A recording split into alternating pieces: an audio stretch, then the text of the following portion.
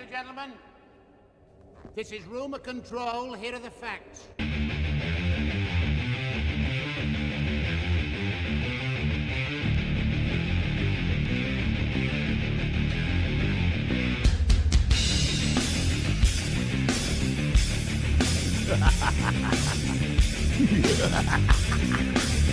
Sorry we're late.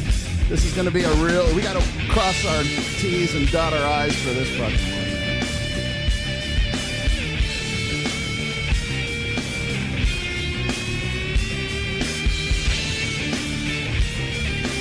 I'm going to make Todd Lee jealous of my stream today, I think. Yes. That's our new splash screen has a lot to do with the new look. I should get my glasses out. Live from Las Vegas, this is the Irrational Male. Anybody watch any good debates lately? Oh, not me. All we did was drag Charlie Kirk's corpse out of the ground and throw him a bone. All right, kick that. Here we go. Oops, wait, there you go. Put that in. How much? 200. Okay, define 200. What? No, you made a claim. I'm asking you to substantiate the underlying premise. Are you buying or not? That's not an answer. You're dodging the question! You lick sniz!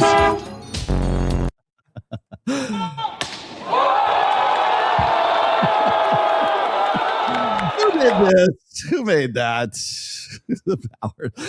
Somebody on Rumble made that one. Somebody on Rumble had to have made that one. Husband gets another woman pregnant, you could divorce him, or you could step up and raise the child as your own like a real woman. Also, if your husband's cheating on you, why are you walking around holding a grudge with a bad attitude? Isn't acting like that what got you cheated on in the first place? Fellas, if you do cheat on your wife, you should do the right thing and tell her that you're willing to forgive her if she goes to therapy to figure out what she did wrong that forced you to cheat on her. Or if your wife's really serious about changing her ways, she could reach out to your side bitch and find out what your side bitch has been doing right. For instance, your wife could ask your side bitch what exercises she does to stay attractive, or what mental health medication she can take to improve her attitude and make her fun again. I think the biggest takeaway, though, is that if you have cheated, fellas, it's not your fault. Think about it. Your wife claims that when she turns down sex, she's the real victim because she feels guilty. But then when you protect your wife by going out and cheating on her so that she doesn't have to turn you down anymore and feel guilty, she still gets angry. Cheating just proves that no matter what you do for your wife, it's never good enough. Flex on your ungrateful wife with Alan Adams comedy merch. Hello there, children. How's it going? Woman looks at a man who annihilated his entire family and is like, oh, he's the one. Because if you haven't heard, Chris Watts is getting married. That's right, that Chris Watts. Chris Watts, who 8 years ago on August 13th ended his entire family, his pregnant wife, their unborn child, and both of their daughters, who were ages 4 and 3 years old. And buried them under a water tower. Now it looks like Oil tower, something like that. Tower. I know he was very creative in how he got rid of the he's body. marrying this woman, 39-year-old realtor from Cleveland, Lizzie Henderson, who is now going by... Okay, ladies and gentlemen, what is it called when they call themselves a realtor or a real estate agent? That is code for escort. Lizzie Watts. This woman has visited Chris Watts 23 times in the last 15 months, moving from Ohio to Wisconsin so that she could be closer to the correctional facility he is spending the rest of his life in. They have now decided to take their relationship one step farther and get married. So exactly what kind of person looks at a man who has killed everyone that loved him, his children, his wife, is like, that's who I want to marry. The fact that this news is breaking as the 8-year anniversary comes up of this man completely ending his family at his own hands and is now trying to start a new one. Well, we can break it down to one quote. Not all women are hybristophiles, but only women are hybristophiles. 6 feet, 6 figures. That is the bare minimum. Like, they're being reasonable. And if you take out married men, obese men, men over the age of 50, it's like 8% of the population. There is an evolutionary or historical reason why women have these preferences somewhat ingrained in them. Yes, your partner who is taller than you can physically protect you. He probably is going to be a more successful provider, but those are not really metrics that are going to point to relationship or marital success long term. There are surely plenty of men out there who do meet these 3 6s who are still jerks and who are not going to necessarily be husband material. It's no different from men having their standards. But why? Just because they're 6 foot tall, successful, 6'5", blue eyes, trust fund, finance, whatever the hell the rest of the song is about. They all got to be assholes. You know why they have to be assholes? Because they have the potential to bang a lot of chicks. In terms of men tend to including her, want to date women who are younger and who are attractive and who are symmetrical, because these are all indicators of fertility and reproductive health. I think, God, she would make a great red pill podcaster. What a great Manosphere influencer Dr. Deborah So has become. Should be allowed to want what they want. It's gone to the point where it's so unrealistic now. Women are doing better in terms of education and occupation. So there is a smaller pool of viable, successful men. What? You're sounding like... That's like Mike Sartain talk. And for these women to choose from, all women are basically fighting over the same small pool of men, because men don't tend to care as much about a woman's success. It doesn't matter how successful a woman is. She's going to be fighting after the same pool of men. Then the vast majority of men who are not as successful have basically been shut out of the dating market. Wow, where have I heard that before, Kyle? Where have we? This is odd. I'm getting deja vu. So now they're going down. Matrix is resetting the route of these other replacements like the chatbots. Chatbots.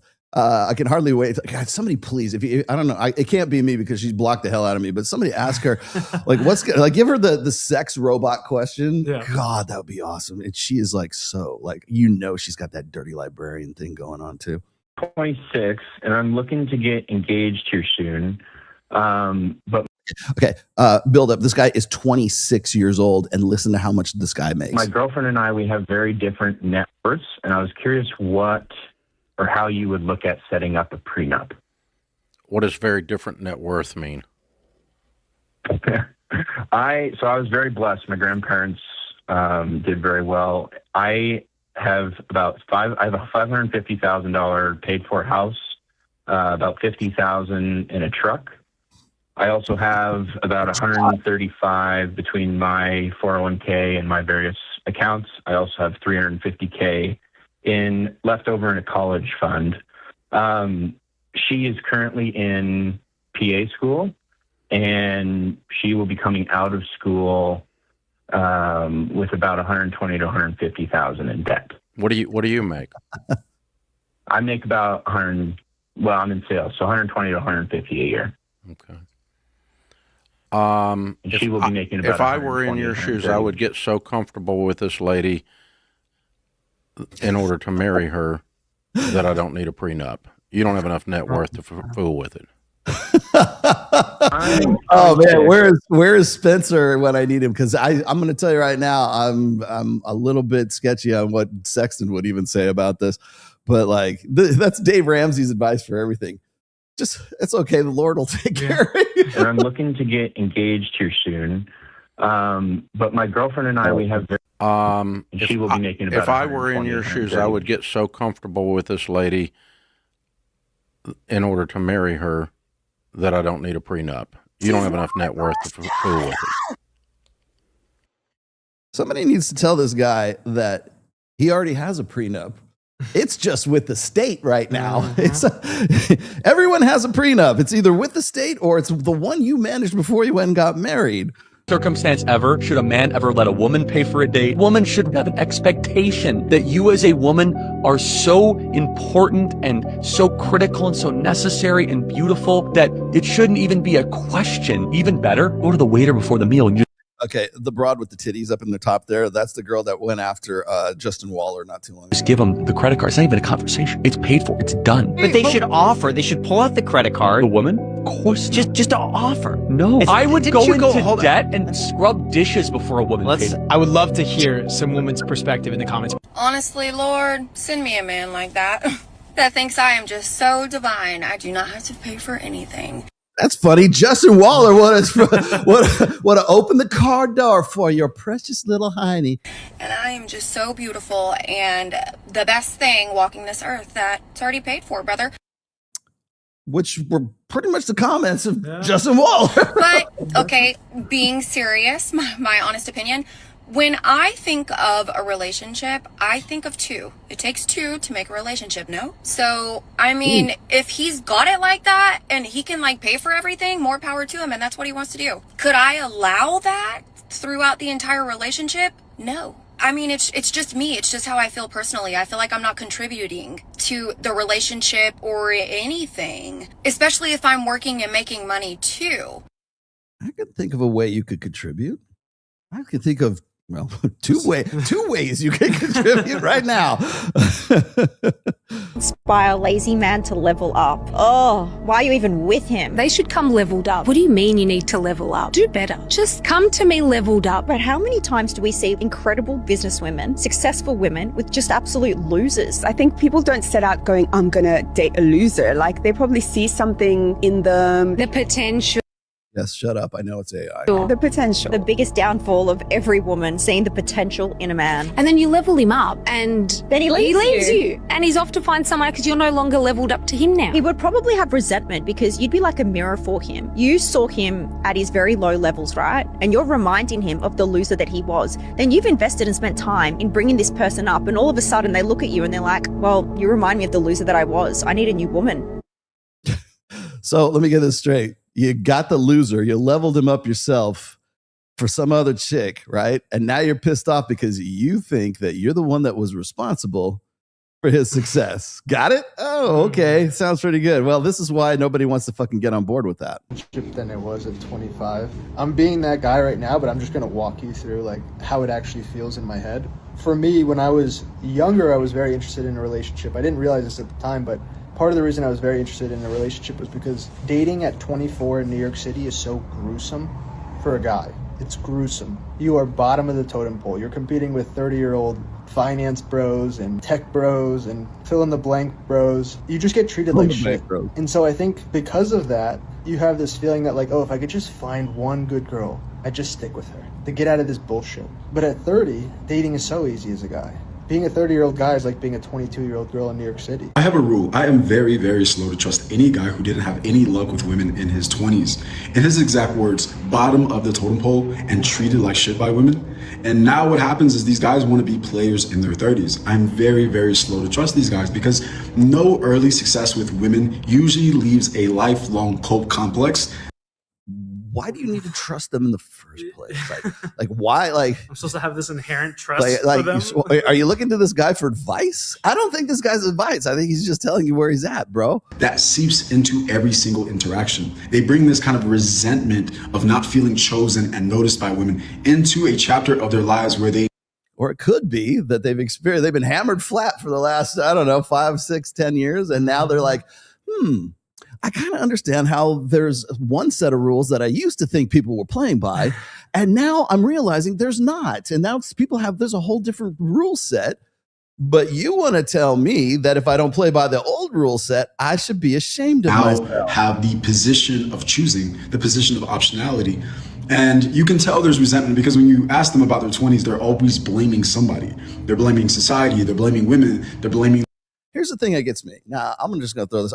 I saved this one. Well, actually, I got one more after this, which is just funny. But I saved this one for the end because it's like I am so fucking sick of people thinking that if you make an observation of something, if you describe something, if you are in any way trying to make some sort of just measured take on how things are. Like, remember, I did this on purpose. I played the other one before about guys leveling up and he needs to be a turnkey. And then you got Dave Ramsey before that. You got all this other shit. So I'm supposed to ignore all of that.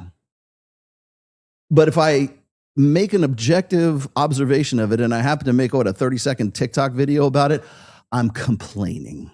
It must be a lifetime of, how do you get a lifetime of fucking resentment from a 45-second TikTok clip, bro? I realize it's content for y'all, but like, come on. The tech bros, they're blaming the guys with money. They're blaming the guys that are taller than them. I also lived in New York in my early 20s. No, those guys that he's here blame. So you hear that? Blame. Blame, complain, whine, cope. Bro, like, listen, that's chick language. That's therapy speak is what that is. So you're a therapist. You know this for sure. You had this guy on the fainting couch and you asked him to tell his life story in a 45-second TikTok video. Bro, I don't know why I will be listening to you, quite honestly. I had a thriving love life. So what is difficult for you isn't difficult for everybody else. But the thing about maturing in your 20s is that... Well, statistically it is, because you're looking at a society, or let's say a generation of young men who ain't getting no pussy. As you upgrade, as you level up, you get more money, you get more status, yes. But if the underlying operating system is built on years of rejection and not feeling noticed by women, the amplification just makes those insecurities louder and even more expensive. Or maybe it's a rational understanding of what's occurred in this guy's life where he's making a general assessment about this. And guess what? Maybe the dude is getting into his 30s right now, and now he has some sexual selection. Do we have something? No, it's just beeping. I was like, let me just throw this up here real quick. Yeah. Oh, yeah. That's why these late bloomers in their 30s need to realize that this is not a flex. Ideally, as a man, you should be growing out of your fuckboy tendencies in your 30s. Why? Because here's the thing, as Kyle so astutely noted a moment ago, the thing is guys don't come into their peak potential until they get to be about their early 30s, maybe mid 30s. And so what happened? Yeah, there you go. Thank you for that. The peak potential years right there, right? And guess what? That's when guys have their peak potential. Their peak potential years is when they have the most sexual selectivity. And you're telling them that it's time to grow up and settle down and just, and the reason I'm bringing this up is because there's a very good article on Substack by my good friend Archwinger that I'm going to probably read every word of today, because it speaks directly to this stupid, ignorant take. Becoming quite obsessed and inspired by the vision of fatherhood and building a life with a good woman. Why? To fulfill so it affirms your beliefs? That sounds like somebody who is, proselytizing. That sounds like somebody who is insisting that everyone think the same way he does. Not being driven by erotic novelty, the illusion of optionality, and the allure of hedonism. Bro, I hope she sees this. No. But if you don't see through this in your 30s, when you enter your 40s, you will be copy and pasting Leonardo DiCaprio's whole playbook. That sounds pretty fucking awesome to me. 25, 22, 24, yes, 25, 23, 25, 24. This isn't the win you think it is. We should begin to normalize not normalizing this. A little bit of shame is healthy for the male ego, especially when it's driven to redeem its 22-year-old self. Dude, you are a bitch. That is bitch language right there. Oh, and last but not least, my chubby little torta. Sir, I mean someone who doesn't respect women, someone who doesn't respect you, someone who doesn't treat you well, someone that doesn't support your growth as a human being. Right, there we go. Now, lay it on him. Shit. Lay it on him, Kyle. Lay it on him. Boom. We're going to do the whole damn show. Sans Beanie today. You wanted it. You got it. I need my sunglasses though, man. I should probably go full. I need a cigar, and God, that'd be great. I'm gonna go full. My sunglasses are in there somewhere. Yeah, full Rogel Dorn. I need this. Give me the cigar. I need the cigar. Wait, the lighting in here has me going full John Deloney today. So here's the Deloney. Here's the Deloney look. Okay, here we go. Thank you. Give me those. All right. And no, just give me a cigar. This guy, I know this is the Red One Studios, which is where Moon Gang goes live, and there must be some kind of. I'm not going to light it. Just give me the thing. We need to have that. This is the cheap one. All right, here we go. Wait, hold on. Let's do this. Hold on, let's put this up here. There we go. All right.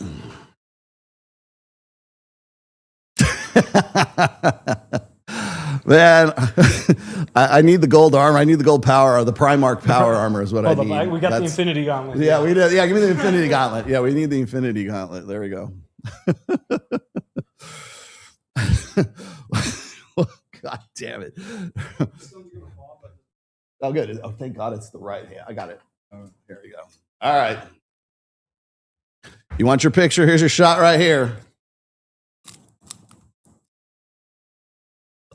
Well, yeah, there we go.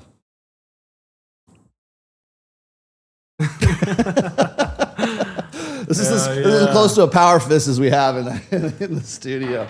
There you go. Oh, watch where that goes. That's right there. I have magnets I could glue on that. Of course I do. All right, these are fucking badass glasses. Can't see shit in them, but all right. Enough fucking around. we got serious business to do today. But I feel like I'm John Deloney. Goes, my wife just slept with another man and says pregnant by him. I don't know what to do. Should I take her back and marry her and keep her, renew our vows? I fell in love with a baby mom with a single mom, and she's got 3 kids with 2 baby daddies. Should I marry her? You go full John Deloney today, man. There you go. Yeah, okay. You win. Oh, that's so funny. Yes. Changing who you are for that. Yeah, that's it. That's pretty much pretty much defines the whole John. And by the way, I did not know this. John Deloney is like part of the Dave Ramsey network. He's like he's on board with, I think he works for him, or that's whatever their network is. Yeah, I had no idea there was a thing there, but welcome. Hi, how you doing? So today we're going to talk about the Lindsay Clancy case. People wanted me to talk about this. I don't know why, but I started digging into it, and I was looking at the details. I got a lot to actually. I kind of understand why now, but I didn't get it. Kyle knows a little bit more about it than I do, at least from different angles. So Kyle's going to help me out a little bit here. But we're going to talk about that today. I kind of want to get into prenups today too, for a little bit. God, I hate to do this so early in the game, but let me see if I can find this. Let's see. Did I put it on here? Maybe I don't have it on there. Anyways, I'll dig it. I have it in my Instagram. No, wait, hold on. It's maybe it's in the podcast stuff here. No, not that one. So the reason I'm looking for this is because there is Jim Sexton of all people too. Sexton was on this one show, and I feel like I gotta. Damn it! Do I have it in here? Maybe I have it in here. No, I don't have it in here. There's a reel that's on Instagram right now, and I want to say it's where'd it go? I have to find this thing. I thought I had it up. Anyways, I'll dig it up for you here. So Sexton has been making the rounds, and not to throw Jim under the bus again, but again, he's a good friend of mine, and maybe he'll return my calls or actually return a text after I talk about this one thing that kind of bugged me. Because Sexton, as you know, has decided that he canceled his channel. He killed his channel, and he had his final send-off episode. I want to say it was a few months ago. Actually, you know what? I'm just going to play it live. I'm not going to download it. I'm just going to. Actually, wait. I will. I'll download it real quick. I think it'll probably come back up. Then I can put it up on here. Because you guys got to see this. So I have a theory, and it's important for you guys to see this one video so that you can understand what my theory is here. And let's just put it on there. Okay. And I don't know who the chick is that he's talking to in this one video, but I hope you guys will forgive me if you end up getting a little vomit in your mouth after this one. Okay, there it is. Got it.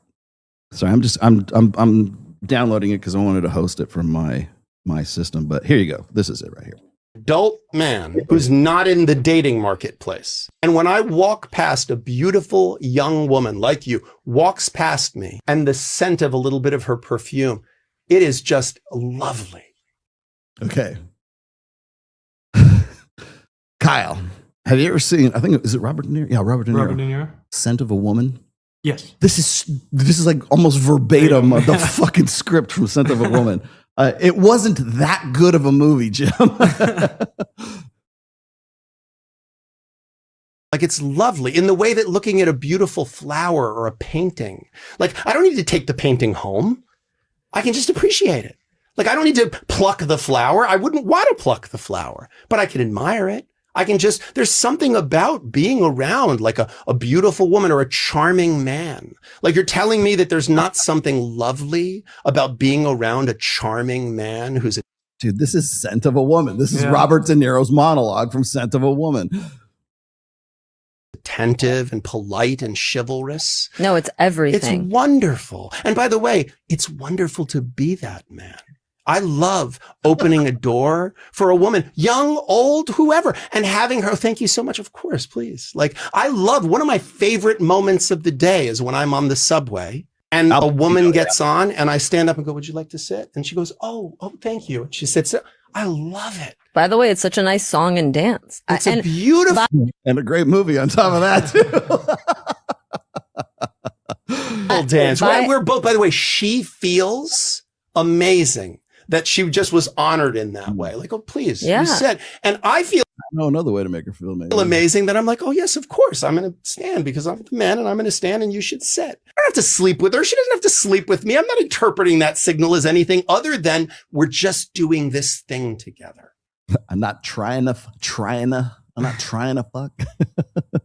Like, and what a lovely thing it is to get to do. And I think so many people have been taken away from that little song and dance, which is actually so energizing. Look, I'm a working woman with a good job. I still like being the recipient of that kind of attention, chivalry, whatever. And also, I don't know, I just feel like we've been discouraged from doing that. How damaging, by the way, do you think the Me Too movement was in this I think both sides, Me Too and like the extreme ends of the manosphere, I think have been which would be very damaging because they put everybody on their guard in ways that really make that lovely dance and lovely game I just described like something everyone's uncomfortable doing. And by the way, I understand. Well, they're just basically questioning if, like, what's in it for them, right? That's really what it comes down to. I get where he's going with this. I don't have to play the rest of this, but I thought it was funny because like that is like straight out of, it's Al Pacino. Yeah. It's straight out of Scent of a Woman.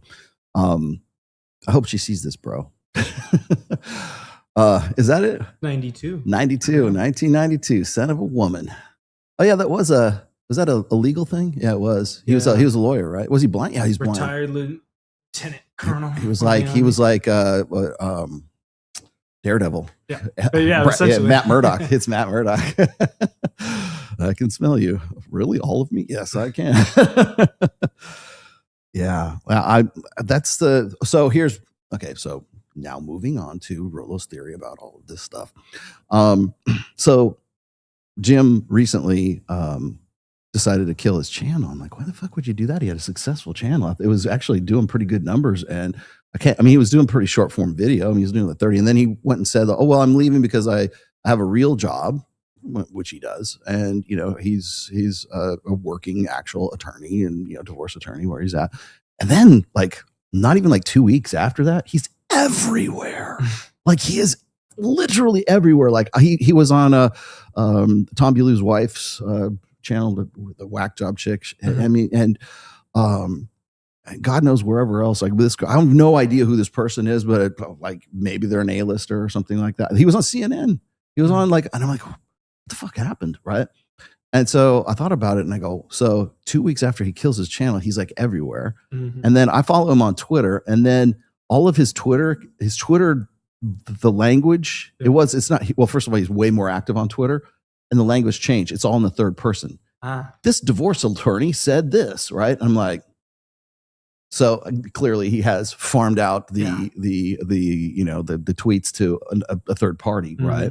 Because they refer to him in the third party. Dude, it's your Twitter account. Why are you not talking in the first person, right? So here's my theory. Okay.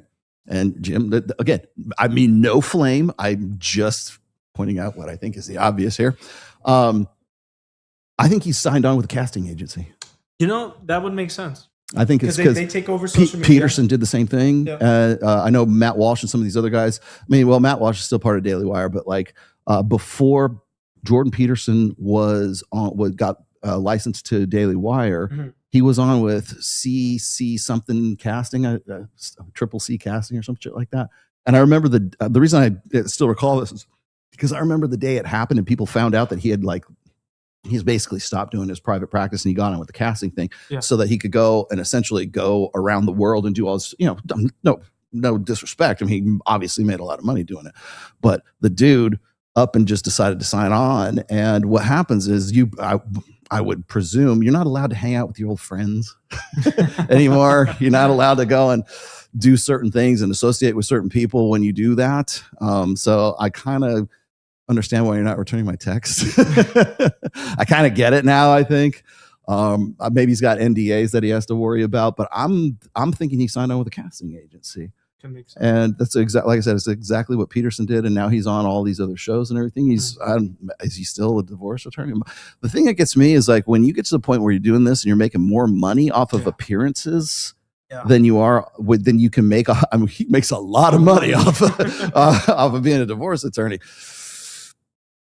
I don't know, man. I don't know, but it's one of those things where so that's Exhibit A. Exhibit B is this. If you guys didn't see this already, of course, I was joking around with Andrew Wilson because there was a debate. There was a debate not but a few days ago, and I thought I'd give you the breakdown for it. I did a full thing with Mike on Mike's channel. I simulcasted it on this channel, so I'm not going to go and reinvent the wheel again. If you want to take me to task on anything, you want to say, "Oh, Rollo's out of his depth," I'll be happy to repeat my monologue for that anytime you'd like.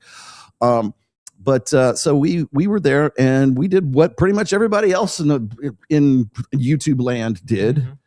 You don't have to be Manosphere to go and have some sort of like rebuttal, some kind of breakdown, some details and stuff like that. I really think that I made a prediction beforehand. My prediction was is that it would be 60% would be of the debate, of the 3.5 hour debate, would be Candace Owens filibustering for most of the time. And then 30% of it would be PBD, Patrick Bet David, annoying everybody with personal stories and anecdotes and and trying to make the whole thing about him, which yes, maybe it wasn't 30, it might have been like 20%, but there's a part in the middle of it where he's talking about, "Oh, I've known Candace for a long time. She used to come over and eat mac and cheese at my house," or some shit like that. I don't know. Like they're trying to have this nostalgia, trying to humanize her a little bit. And then of course the last remaining 10% ish was Andrew making cogent arguments that they just simply had no counter to. And by the definition of what the objectives of the debate were, Andrew won. Clearly, period. End of story. Like she never once explained why she thinks that what's the kid's name that the shooter did? Oh my! Why he was a patsy, right? Tyler something. Not Tyler Perry. No. Tyler something. Robinson. Tyler Robinson. Okay, so. And of course the joke is, if you remove all the DNA, you remove all the forensic evidence, you remove all this stuff, then there's, then how if it's 0% or if it's 100%, Tyler Robinson, thank you very much for correcting my old man brain. But I wanted to point out that my interest in this had nothing to do with the case. Honest to God, I'm going to tell you the truth right now on my show. I had no interest. I could give a shit about it because to me, debate is dead anyways. But I was interested in it from a marketing perspective. I was interested in how they were going to do this. And I want to say that the very fact that Candace Owens took $300,000 for this, and granted, everybody's going to say, well, Andrew is the one who gave her the $300,000. Yeah, he did, but she took the money, and she always has taken the money. So was it really in good? Was the debate really in good faith? I don't know, but according to Andrew Wilson, who, by the way, came in on our podcast, which was nice. And the reason why I'm bringing that up is because he does return our texts and hasn't signed on with a casting agency as far as I know so far. But Andrew at least remembers his peeps. And so, it's funny. I just did it on a whim because I was like, he's got to be like just completely dog meat at the end of this thing. Because it was like probably, we started at 7, so it had to have been 10, maybe 10:30 when he came in. And I'm sure he had been up since probably like 4 a.m. that day. And just to have him come in, and he only took like maybe 5 or 10 minutes with us. But he was saying, and I think he's getting, I don't know if he said he was going to do it today on his show today, but he was going to tell everybody like all the shenanigans that led up to everything else. One of the things he said on our stream though was that at one point during the pre-show, Candace was trying to psych herself up. And she says, come on, Candace, you can get through the next 3 hours. Like she knew she was just going to do those 3 hours. She wasn't going to do anything like that. So it's $100,000 per hour. Yep. And that's the paycheck. That's the payout. Right. And she clearly didn't want to be there. She was clearly phoning it in. She was filibustering quite a bit, as I expected that she would. And Andrew made some cogent points that were just simply never answered and were at least not to my satisfaction. And I would say she never answered the accusations of Tyler Robinson being a patsy. So we never even got to that discussion whatsoever.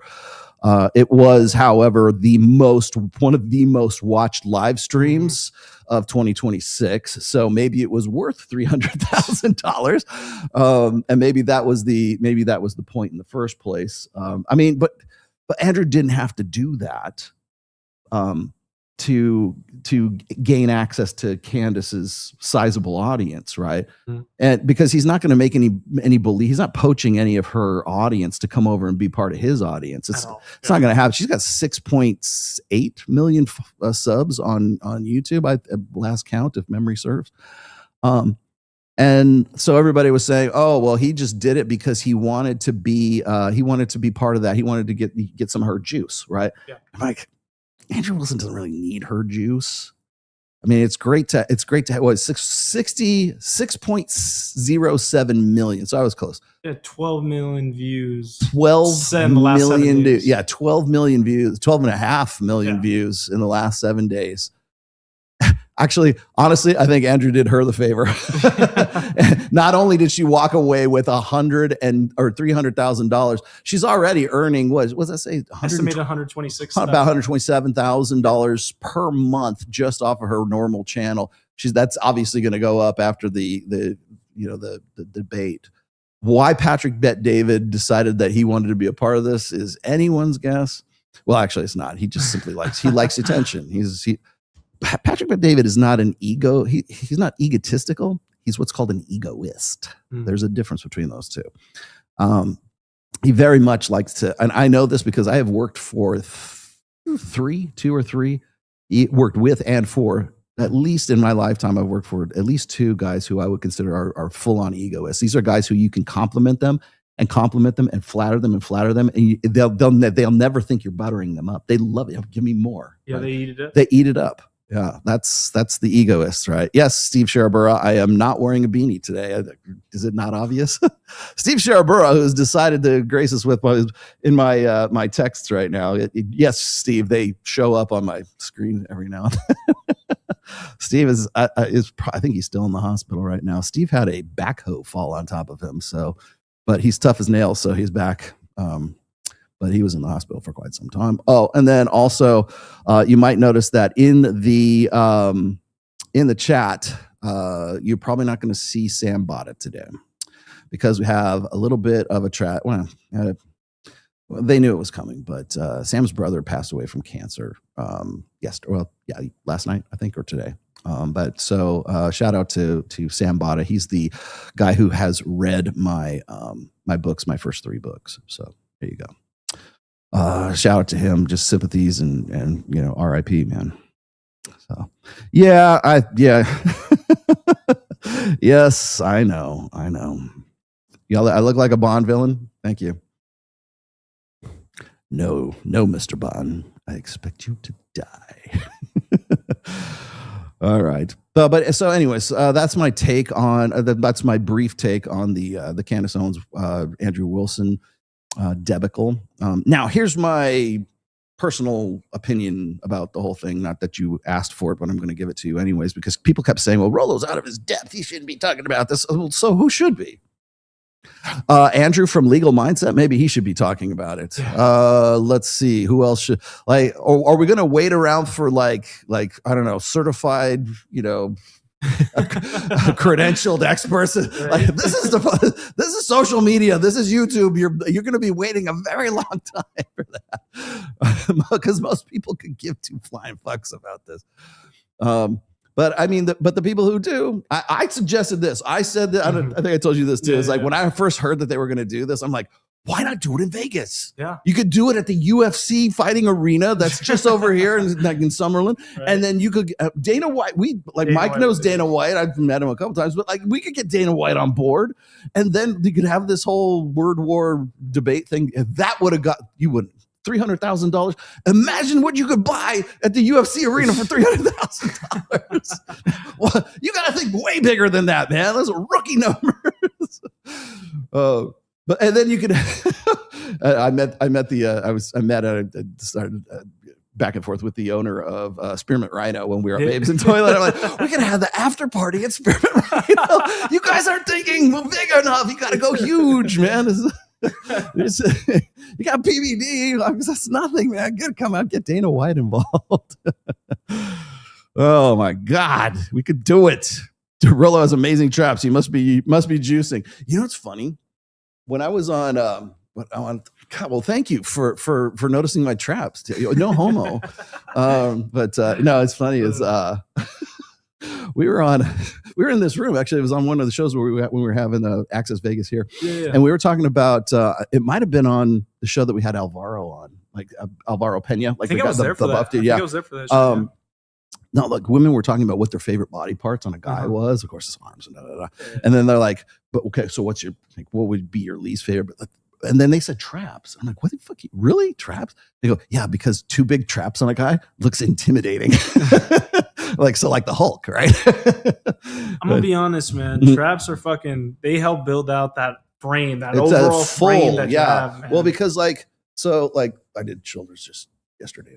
Back. I did back day yesterday. So when you do, I can't do it in this shirt, but like when you do one of these kind of things, right? Yeah. And then you've got the big old. My wife loves traps, man. She's one of her favorite. That's her favorite. But get them bowling ball delts going and stuff that. And then because women like the V taper, right? So that's like Mike Sartain very wisely, very astutely for Men of Action. Like if you're working out, he says you want to do like upper body because you want to get that. You want to get the wedge going first, right? Shoulder to waist space, yeah. So okay. So anyways, the Candace Owens thing. My whole shtick on this is, and Jack Napier was talking about this yesterday on Rule Zero, and I just want to reiterate what he said is I think it's kind of in poor taste to drag Charlie Kirk's corpse out of the ground to debate this shit, because it's still an ongoing investigation. It's still an ongoing trial. It's still like the allegations are there, the legal case is there, everything else is there.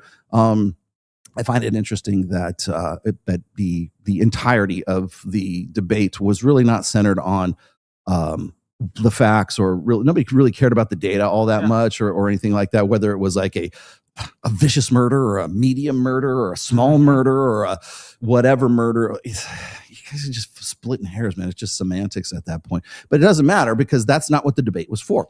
The debate was to determine, are you on Team Israel or are you on Team whatever Andrew Wilson happens to be, which is not Team. Are you on Team Israel or are you on not Team Israel? That's the pretty much the entirety of the whole thing. And how do I know? Because the moment I say I don't even have to mention the actual debate. I just say, well, debate is kind of dead anyways. You're a Jew. What? I'm not even talking about that. I'm just saying things in general, right? it's really just about determining whose team that you are on. Mm-hmm. And I mentioned this during I tried to as best I could on Mike's stream, is that first of all, debate's dead. And I'm not. You want to know why I can speak at least somewhat knowledgeably about this? Because I've taken logic courses in college. Okay, I have. I was never on a debate team, but I took formal debate. I know logical fallacies and all that stuff. Like it was part of like my standard, your general ed kind of stuff back in the day. And when they used to teach stuff like, I don't know, American civics, those crazy things, you know. But so anyways,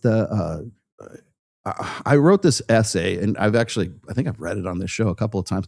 There's a difference between classical debate, modern debate, and postmodern debate, and then whatever the fuck it is we do now, right? Because it ain't any of those. And the problem is that debate is, and somebody mentioned this in the chat, debate is more or less useless right now. Because it's not there to determine truth, which is what classical debate was really for. It was, is this premise true or false?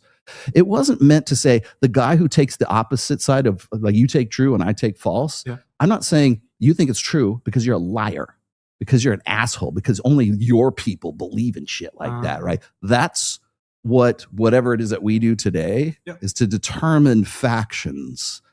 And the winners or losers or whatever, it's not about determining truth. It's about what team are you on? Are you Painting. on? That's all it is. Team sports. Tribalism is what it is. Yeah, exactly.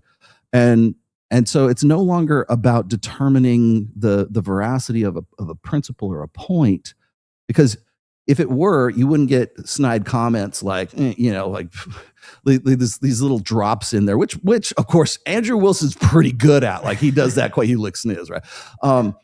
But Candace Owens, if you get a few zingers in there, it's because people are so used to a debate between like a presidential debate or a political debate, and political debate is postmodern debate, and not even really that. It's just my opponent is a liar. That's what it is.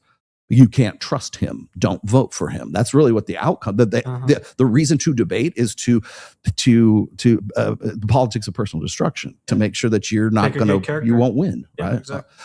It's not whether or not that particular topic is true or false, or here's what I would do and here's what I wouldn't do. Nobody cares about that. You get like you lick sniz in the middle of that. They want that gotcha. That's what they that's what everybody's waiting. I got her, and it's professional wrestling.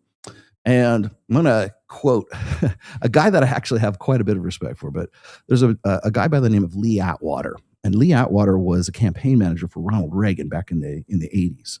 And one of the things Lee Atwater says, and I'm going to paraphrase here because I'm not really sure exactly what the words were, but he said something to the effect that professional wrestling was the most purest, most like honest form like of sports in American history. Like it's the most honest sport that there is. And of course it's, what are you talking about? It's fake, complete fake. He goes, no, because it gives the audience exactly what they want. They want a bad guy, an obvious, easy to identify bad, the Undertaker. They're playing characters. It has they have the Iron Sheik. I'm trying to think of 80s wrestling. And then there's Hulk Hogan or Macho Man Randy Savage, or what's the guy who was in They Live? Roddy Piper. Roddy Piper, who just passed away, by the way. God rest his soul. Easy to identify good guy, easy to identify bad guy. They both know. They both make up shit as they go along. That's the kayfabe part of it. There he is, Roddy Piper. You put that on there. Put that on. Yeah, he just passed away. Well, he passed away in 2015. Oh, 2015. Yeah. Okay. So he's been gone for a while, but I think I saw some memorial or something for him recently. Yeah, Roddy Piper. There you go. There's your boy right there. People say I look like the Undertaker. You want me to pull him up? Yeah. I mean, I probably don't look like him now, but like people thought I looked like the Undertaker from back in the day. I don't know. I think the Undertaker looks a little bit more like Phil Labonte. Right here. Oh, there you go. Oh, Jesus Christ. Yeah, it's real to me. Yeah, you're right. It's real to me because because it gives the audience, it's bullshit. They know it's bullshit. You know it's bullshit. The audience knows it's bullshit. You and I both know it's bullshit. But it's like you still go and you go, man, I can't wait to see who wins this bout, right? They're saying you're gold dust. Now. I'm gold dust. This is who you think I am. Put that on there. Gold dust, dude. He looks like a DC Comics villain. Is he a villain? Is he a wrestler? He's a wrestler. He's a wrestler. There's a dude that looks like that is in professional wrestling. Yeah. This is without makeup. Okay. I could do. Yeah, I guess I kind of do, huh? My head is not that. Okay, maybe it is that round. Yes, there we go. Gold dust. Now I know you're homo. You want to know how I knew you were homosexual? You knew who Gold Dust was. Oh yeah. Oh, there it is. Sorry, Sammy. I didn't even think you were going to make it in today. There you go. Yeah, he passed away this morning. Moment of silence. Thank you, Sam, for all you do. By the way, Sam is always in the chat. He was always, and even when I don't even think he's going to be there, he'll like track me to find out like what show I'm going to. And I will be on another. I'll be on Kate something or others on Thursday. By the way, that weird girl. Nah, she's not weird. She's actually pretty cool. She's been nothing but nice to me. But yeah, really, you're Conquest. I'm Conquest. I am not Conquest. Now I know who you're talking about. Only if I shave the. I don't know. Really. There's no way. There's no way. Are starting to match. Yeah. I don't know. You had a gauntlet like this too earlier. Dude, I don't have a friar tuck. Fuck, what's wrong with you? But I could shave myself. My. Do you want me to have that big ass porn stash right there? Then I'd start. You're from that generation. Then I would start looking like Nick Fuentes, circa 2023. No, it's not Kate Middleton. I wish I was going on with Kate Middleton. Actually, let me get to these right quick, since I can whip through these. Will you and Mike be testifying against Mia Ventura in her upcoming case? Anybody know who Mia Ventura is? No, they have not asked us to testify. If they did, they would probably ask Mike. But Mia Ventura is the chick that ripped us off, right? Yeah. Gosh, I didn't even make an announcement about this. New developments in the Mia Ventura case. Which is not her name. Her real name is Shoshana, something like that, because she's Team Israel. I can understand why she can get away with shit. Like she's like the Tinder swindler, but the chick version of Tinder swindler. Which I think Mike and I have this theory. We haven't made this public, but I'll just make it public now. I think Netflix is going to license people are writing a script now for that show. Because there is what is it? There's what is it? Anna something. There was a Making Anna was the name of the Netflix thing. Was it Anna? Yeah, Making Anna Netflix. Making Anna. Yeah, Making Anna. Inventing Anna. Inventing Anna. Julia Garner was great in that too, by the way. But that is it's about Anna Sorokin. Yeah.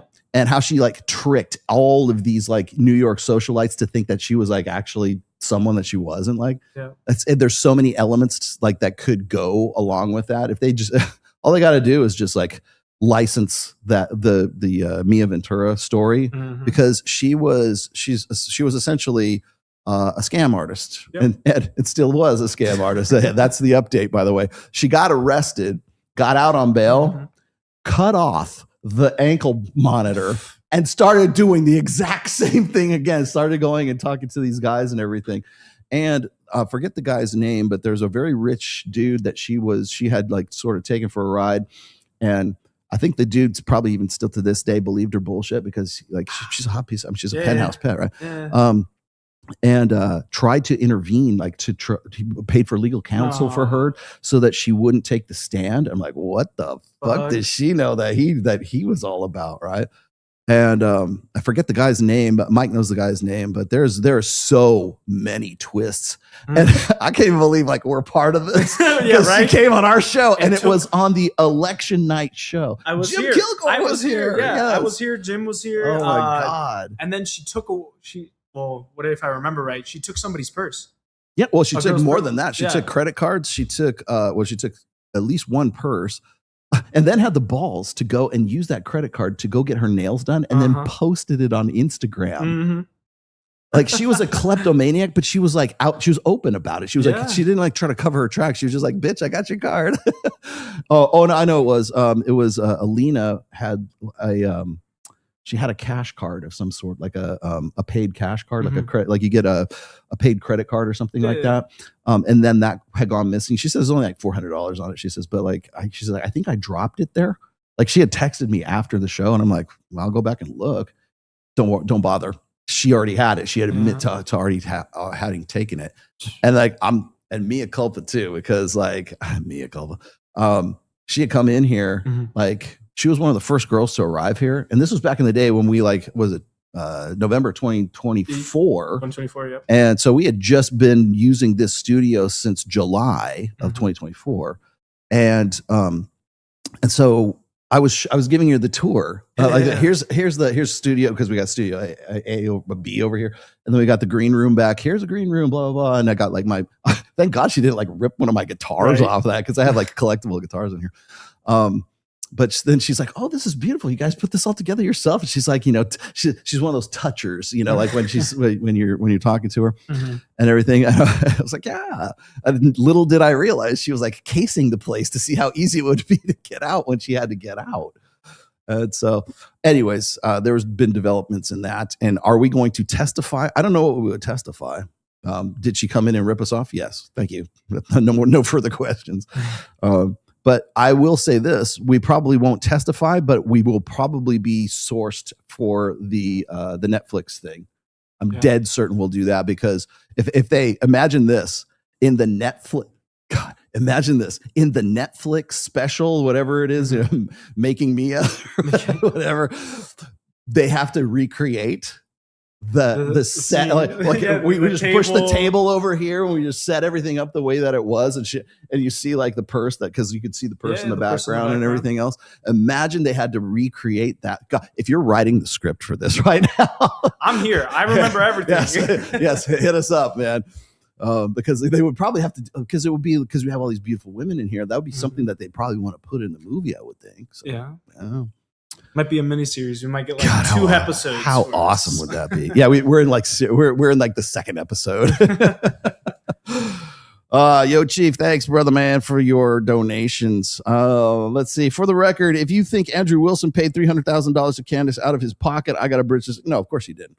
Didn't he crowdsource that? I forgot how he paid that out. Yes, and TPUSA. And why? Because TPUSA wanted to take Candace down a notch because it's Erica Kirk proxy through Andrew. I understand your point taken, sir. She still took the money. The money is still not there. All hail the God Emperor. Thank you very much. I'm feeling very froggy today, my friend. Thank you for your concerns. $20 is $20. You are an Imperial Fist player? No, I'm not an Imperial Fist player, but I actually very much like Rogel Dorn as a character. And that was, and by the way, so what is he talking about? He's talking about our new splash page, because it kind of looks like my old picture, like from 2018, 2019. So that's why I actually use that. Let's see. Will we ever get a 40K episode? Would you like a 40K? Dude, I could set up like a top down. We'd have to do it for my game room of my house. Okay. People don't know this. I have a dedicated game room. My game room looks like this. Okay. I have a table in my game room. Well, let me read the rest of this. The Alpha Legion male. No, I don't play Alpha Legion. The Rational Orc. No. That's what I would play. Do you play orcs? I have orcs. Love to play orcs. Would you? Yeah, I can give you some orcs if you want. I've like armies I'll never play. Powers is fucking. Yeah, well, yeah. There's psych powers for orc players. No. So here's the deal. I have here. Let me pull that up. I have a game room in my house, my upstairs. I'm actually trying to get Jake Cope to put some recessed lighting in there, because I think I could turn it into something really nice. But I have a 3/4 size pool table in there. And the pool table also serves as a ping pong table. And then you could flip it, and then it's a game table. You can do whatever the hell you want to on it, right? Which of course is great, because it's about 6 by 8, maybe, or 6.5 by 8. And so it makes a perfect like game table for 40K, which of course is where I keep all my stuff up there, right? And then I also have a couple of video games up there, like full size video games. They're multi-game games, but like I have a couple of those in there. And then there's a closet that's attached to it that I keep all my stuff and my gear in there. So yeah, we could do that. We could do a 40K episode, and we'd have to do it remote from upstairs. And I could just lay out the terrain and do this whole thing. We could just bullshit for a while. I should do that when the LVO is here. What did he say? The All-American Speakers Bureau. Oh, wait. Put that in. Let's Ram put that up. Let's read that. This just in. Sorry, maybe I was right. God, I hate being right all the time. The All-American Speakers Bureau lists divorce lawyer and author James Sexton as a keynote speaker, but the exact start date or year he was added to their specific roster is not publicly disclosed. I can tell you exactly what it was. He's essentially ranges around 10 to 20,000. Damn, that's pretty pretty decent. Because I know Matt Walsh makes like $50,000 per. Yep. He travels from New York City to speak on relationships, marriages. What's All-American Speaker? There you go. He has a booking biography here. There it is. AAE. I will guarantee. Is that the one? Is that the same? Somebody dig this up. Was that the same one that Jordan Peterson signed on with? Because that sounds AAE sounds pretty familiar to me. He's not open up. No, he's not. Okay. Yeah. Put that on screen. It is. Is it? Because I'm not seeing it. Oh, that didn't pop up. Yeah. You got to switch the tabs. There you go. Damn, I hate being right all the time. Fuck.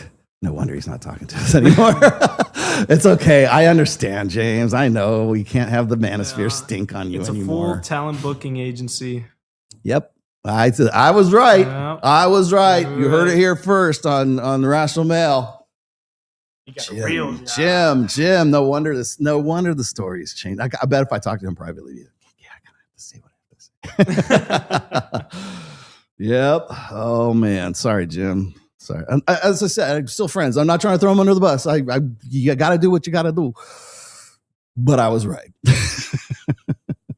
hate being right all the time, but I'm right all the time. Is the massive online support for Lindsay Clancy indicative of the societal mania bolstering the female solipsism? Yes. We're going to get into that here in just, where are we at? We're at the 1 hour mark. Okay. I will dig into Clancy. As soon as I get done, we'll go into Clancy. Yes, because there's more to it. Like people want to, I have to sort of do my due diligence so you guys get exactly what the story is. We also have some allegations against the husband as well. Mm-hmm. I watched on the ride over here, I watched the video about how there's some kind of, there's a missing 14 minutes of the guy's testimony, and there's some weird shit going on. Of course, that's what the ladies want you to know. Mm-hmm. But my people were asking me about this, and I was just starting to get into it and reading it. And my take is this: the real red pill lesson of Lindsay Clancy is not, oh, well, she killed her kids because she wants to go out and party or whatever like that. No, maybe I'm a little bit, that probably shouldn't have titled the podcast this today. But I think a lot of people wanted that. Oh, you get picking up those memes. Yeah, that's for the picture. He has a new wife now. Oh, he did. Yeah, he picked up a new girl. Whoa, so that happened within the last 2 years, I think, around. Yeah. Yeah, it's Intercollar. Dr. Rachel Dennis. Wow. Okay, well, we'll get to hold that on and keep that tab. No, my observation is this: watch what all the ladies say. Yeah. Watch. This is a woman who, by her own account, by her own admission, up to this point, has strangled her kids, and not just strangled her kids, but used the elastic kind of workout. Yeah, it was elastic resistance bands. Yeah, which means that's what that means of your own kids. So that's kind of harsh. There's something going on there, right? Mm-hmm. So if that's the case, then how do you, if you're on team woman, how do you square that circle? All right, let me show you here. Yes. All right, so they try to defer all the blame towards the doctors, that the psychiatrists and everything that she was talking to about basically having these thoughts and everything. And essentially all they did, like most of these psychiatrists do, they up the fucking dose. They just give you more. Yeah, I have the dose. Oh, speaking of it, keep going. essentially they're hating on the professionals, saying you gave her more and more and more. Look at that. These Look are at the that. these are the medications that Lindsay Clancy had filled. And by the way, they're almost all entirely by the same chick. What, Jennifer Tufts, And Rebecca, Julie Paul, Rebecca. Notice they're all female names. Rebecca gave her a lot of. Dude, these are her drug dealers. literally, yeah. Jennifer Tufts again. Jennifer Tufts, Rebecca. The only one that's a little okay. The only weird one was Alia Goodhart. Everyone else is pretty much the same ones, right? Oh yeah, Jennifer Tufts. There it again. If you look up how many times she reached out for help and was failed, like she was basically asking for help from a lot. Yes, and diazepam, dude, that does a fucking number on you too. Trazodone, God, look at the shit that she's on. She was doped up to the shit. Holy shit! By the end of it, yeah. So I ain't saying that's what made her do it, but that's probably what made her do it. Essentially, they're painting the man also to have fault and possibly being a culprit in this. In it, yeah. With also his best friend. An accomplice. Yeah. Yeah. So they look like each other. So anyway, we'll get to the details here in just a second, but anyways,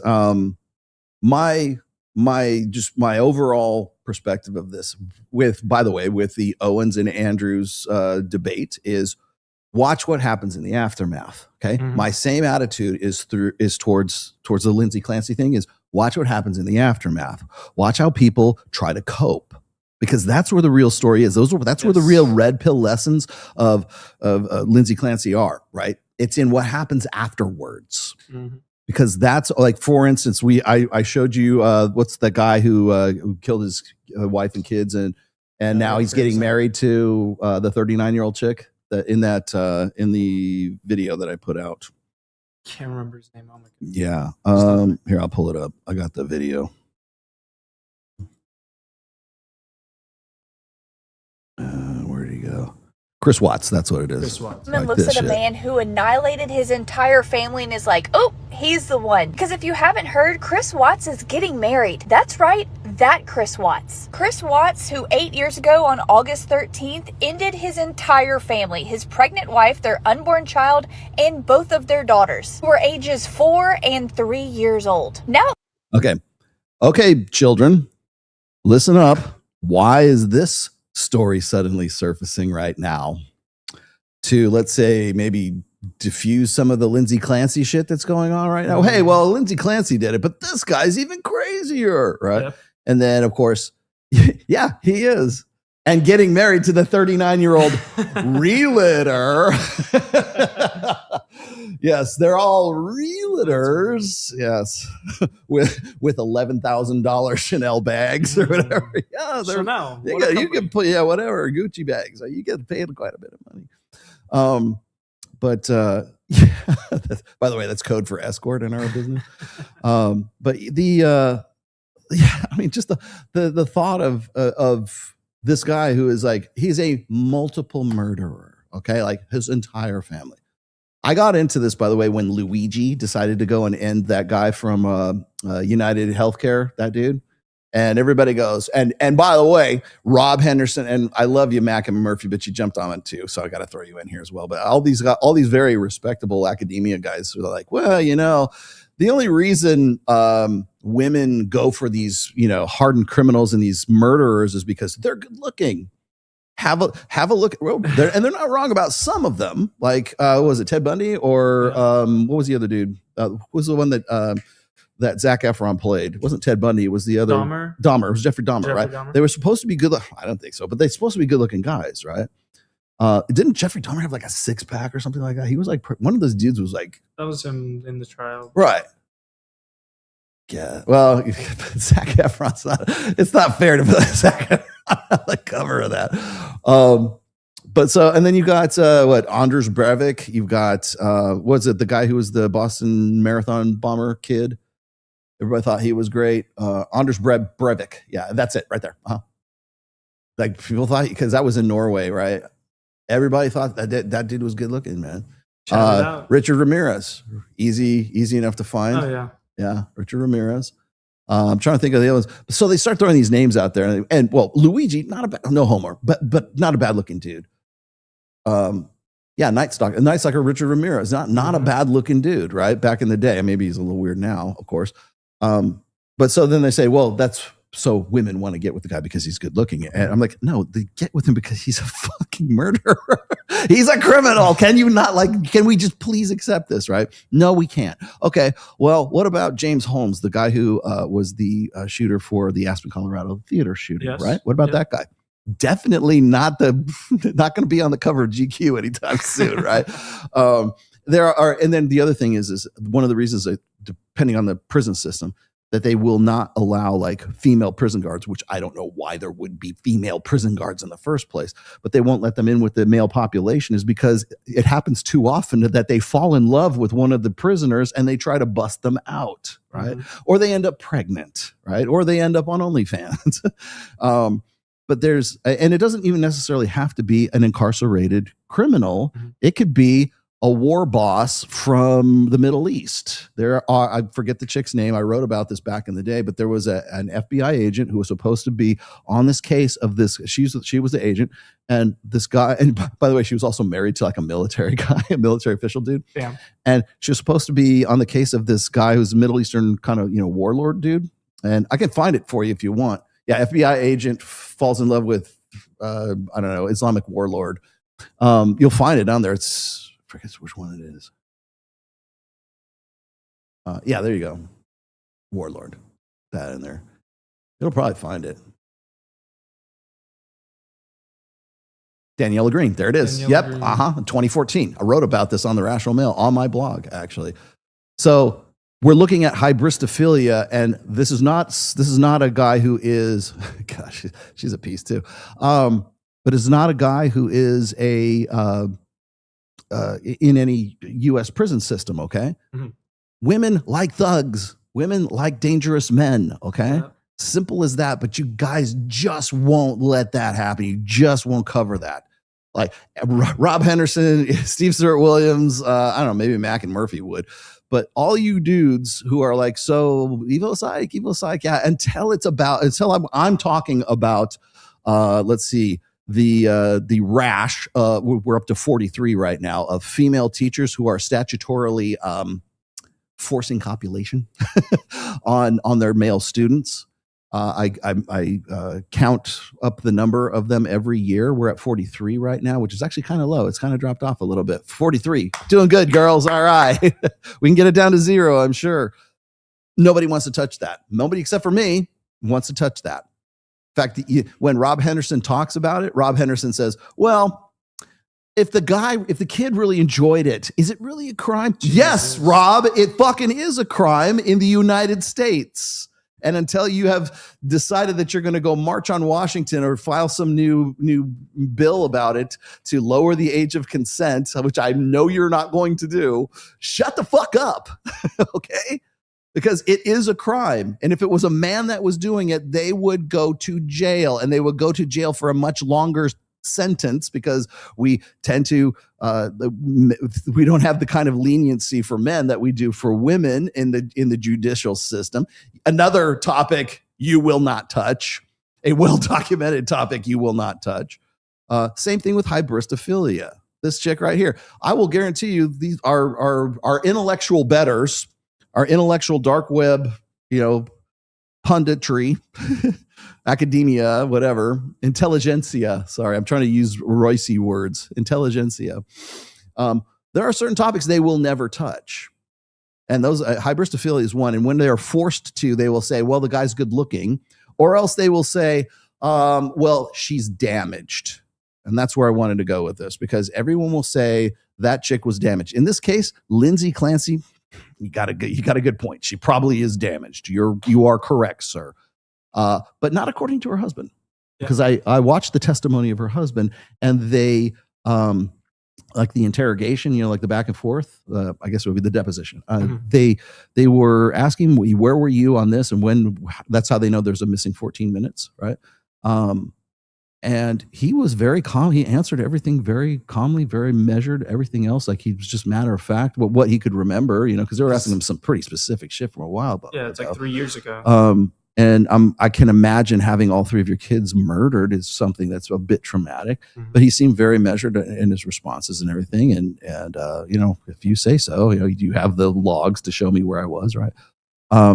But the thing is they want to make it all about him, obviously. But the fact of the matter is that she's damaged. She was. In fact, that was the first thing they asked him. How did she seem on that day?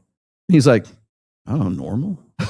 Like he didn't have like, you can say, well, she seemed like she was disturbed or that she was. He never said that at all in the entire. She was just normal. And even when they had the call after the murders had occurred, she was very measured. She sounded like she was. He said she sounded like she was busy with something. I'm like, but the thing is that the standard cop out for hybristophilia, the standard cop out for whenever a woman is involved in anything that is like she is caught dead to rights, right? You could even make a case for Mia Ventura. Mia Ventura had a hard life. She had a really tough childhood and she developed kleptomania. And she couldn't help herself. She needs help. She needs a bunch of drugs to keep her from stealing, credit cards and getting her nails done the next day and posting it on Instagram. What normal woman would ever do such a thing? Well, a lot of them. But that's the thing I always say is like, am I willing to say that every woman is a hybristophile? No, not every woman is a hybristophile. But only women are hybristophiles. And that's the thing that throws people off. Because when I say that, then it makes it a gendered issue. It makes it just about women. And we can't, what are the rules, children? When we talk about women, we always have to talk about who? A guy, to balance the yin with the yang. And when you can't do that, that's when women get fidgety and they're like eels in the weeds, man. They just got to find some way to say, well, she was damaged or there was something, she had a child, there are mitigating circumstances, right? She's on all these drugs. She was on all these drugs, right? But I know that I'll tell you who's not on drugs. the chick that's marrying Watts. That chick does not look like she's high on drugs, okay? She's actually making that choice on her own to get with a guy who is a multiple murderer. Can I stress that again? Like that's the dude she didn't choose you, incel. Get your shit together. Okay, what do I got to do? Well, apparently it's murder your wife, murder your 3 kids, and get a life sentence in the state of whatever he is right now, because apparently that's how it works. James Holmes has a teenage fan club. Nicholas Cruz, go look him up, has a teenage fan club. What's his name? I forget the guy who's on the Boston Marathon bomber kid. That guy? Teenage fan club. Nicholas Cruz. There he is. Oh, yeah. He's a looker. You want to bring that up? Yeah, throw him on there. I haven't seen Nick. How's Nick doing these days? There you go. That's Nicholas Cruz right there. I don't know. He's not maybe when he first got picked up. Yeah, he's a little like if that the guy with the ears right there, that one in the middle. Yeah. Ladies, help me out here. If this dude came up to you on the street, like he was charming and everything else, and yeah, he asked you out live and in person like you think you'd probably say, yeah, man, let's go get coffee. Let's go down to Starbucks. Right? No, I don't think so. I got 30 jewels. Be careful with that. Thank you for your jewelry. Got Emperor Swallow. Don't get no. Do not get hose. Sure. I'm like, man, I don't get no hoes, man. Apparently not. But have you been watching my Instagram recently? I get hoes. As you have always say, Rollo, Candace versus Andrew was an argument of empiricism versus the language of emotionalism. Thank you for making that observation. Well done, sir. You get one of these.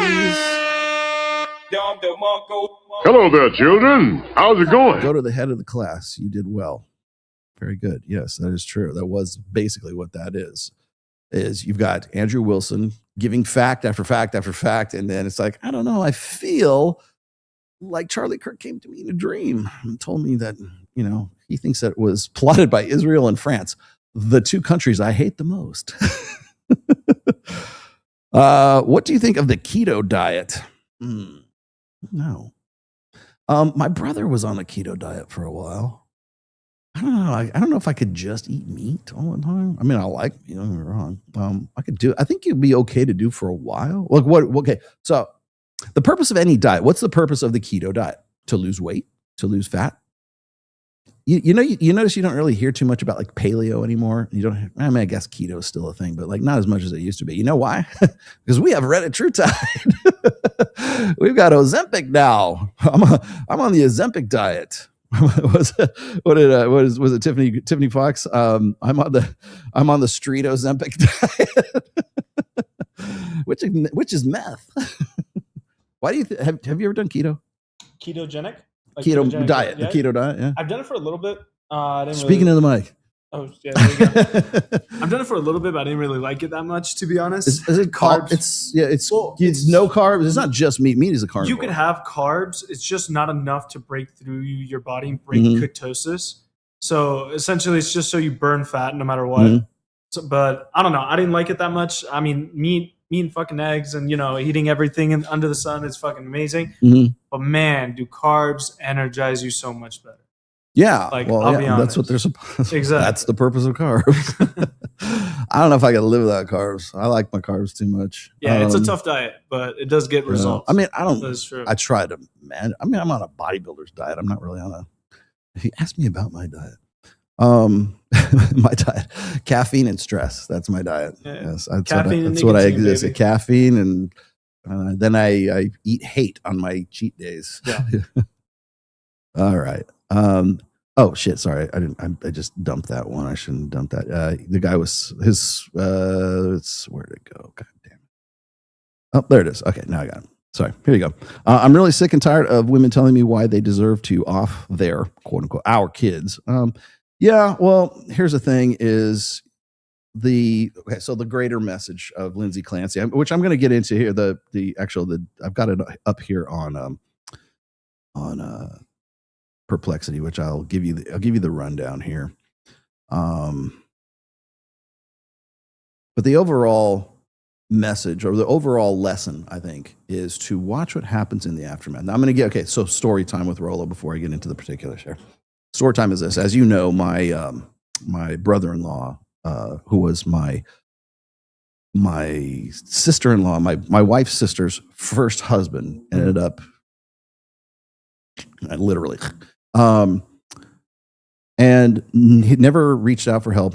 He seemed very normal right up to the day that it happened. Right. No, like he was not saying, you would never have gone, hey man, do you need help? Are you okay? Is everything good? He masked. Just like, no. Cause he was just like, it is what it is. Just going and doing stuff. And he wasn't like stonewalling or anything. He was like talking to you like I was talking, completely normal. And you would never because one of the things I've discovered as a result of that experience, it was back in 2003.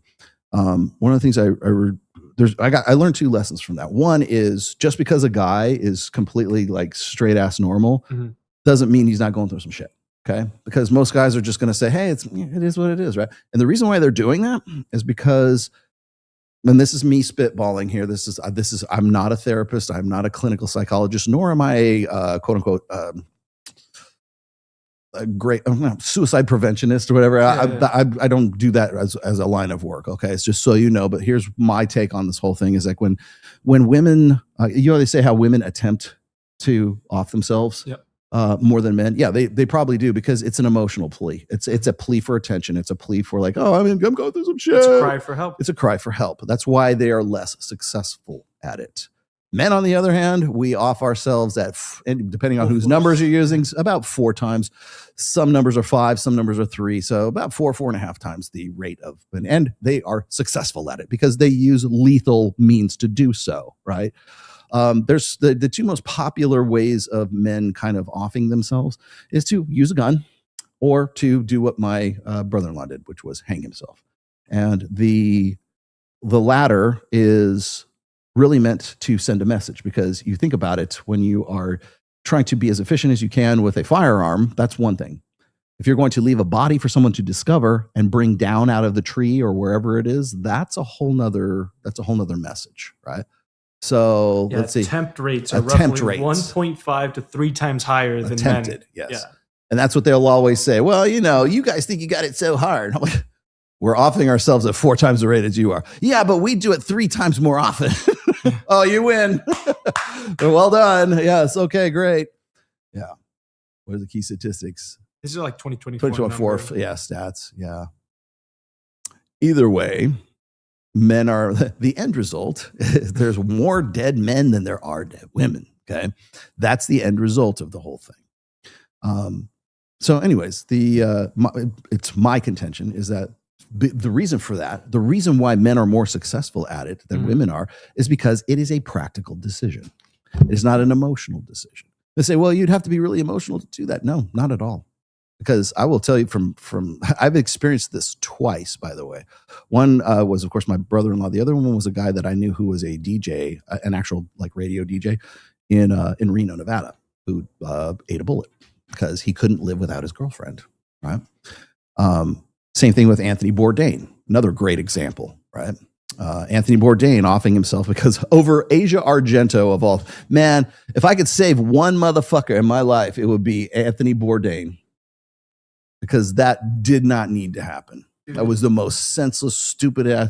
You want to like when I tell you, I have a chapter in my first book, The Rational Male, available on Amazon. Go pick it up today, because it might actually save your life. Right? There's a chapter in there called "Kill the Beta," right?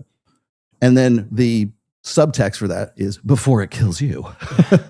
Because what happens is if you linger in that too long and you have these sort of blue pill beta tendencies for as long as you Anthony Bourdain, people ran me up the flag. I'm going to use it again. Sorry, Ryan Stone. Ran me up the flagpole over, and by the way, Pat Campbell, because we both talked about this when it happened, ran me up the flagpole for saying that Anthony Bourdain was blue pill and beta, because they're like, how can you say that? He made $1 million. He had all these, he was jet setting. He had this successful, plan. He was not a bad looking dude for his age. Right.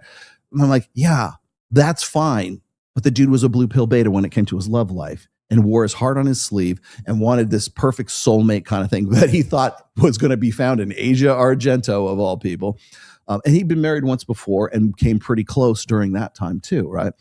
And I'm like, yeah, that's what I'm talking about. And was very like, the decision was made the moment that his fantasy of having a one-itis, whatever, soulmate thing going on with Asia Argento was dashed to bits because the paparazzi had taken pictures of her in Italy with her 29-year-old boy toy, right? That was enough to say, you know what? I'm done. I'm out. That's it.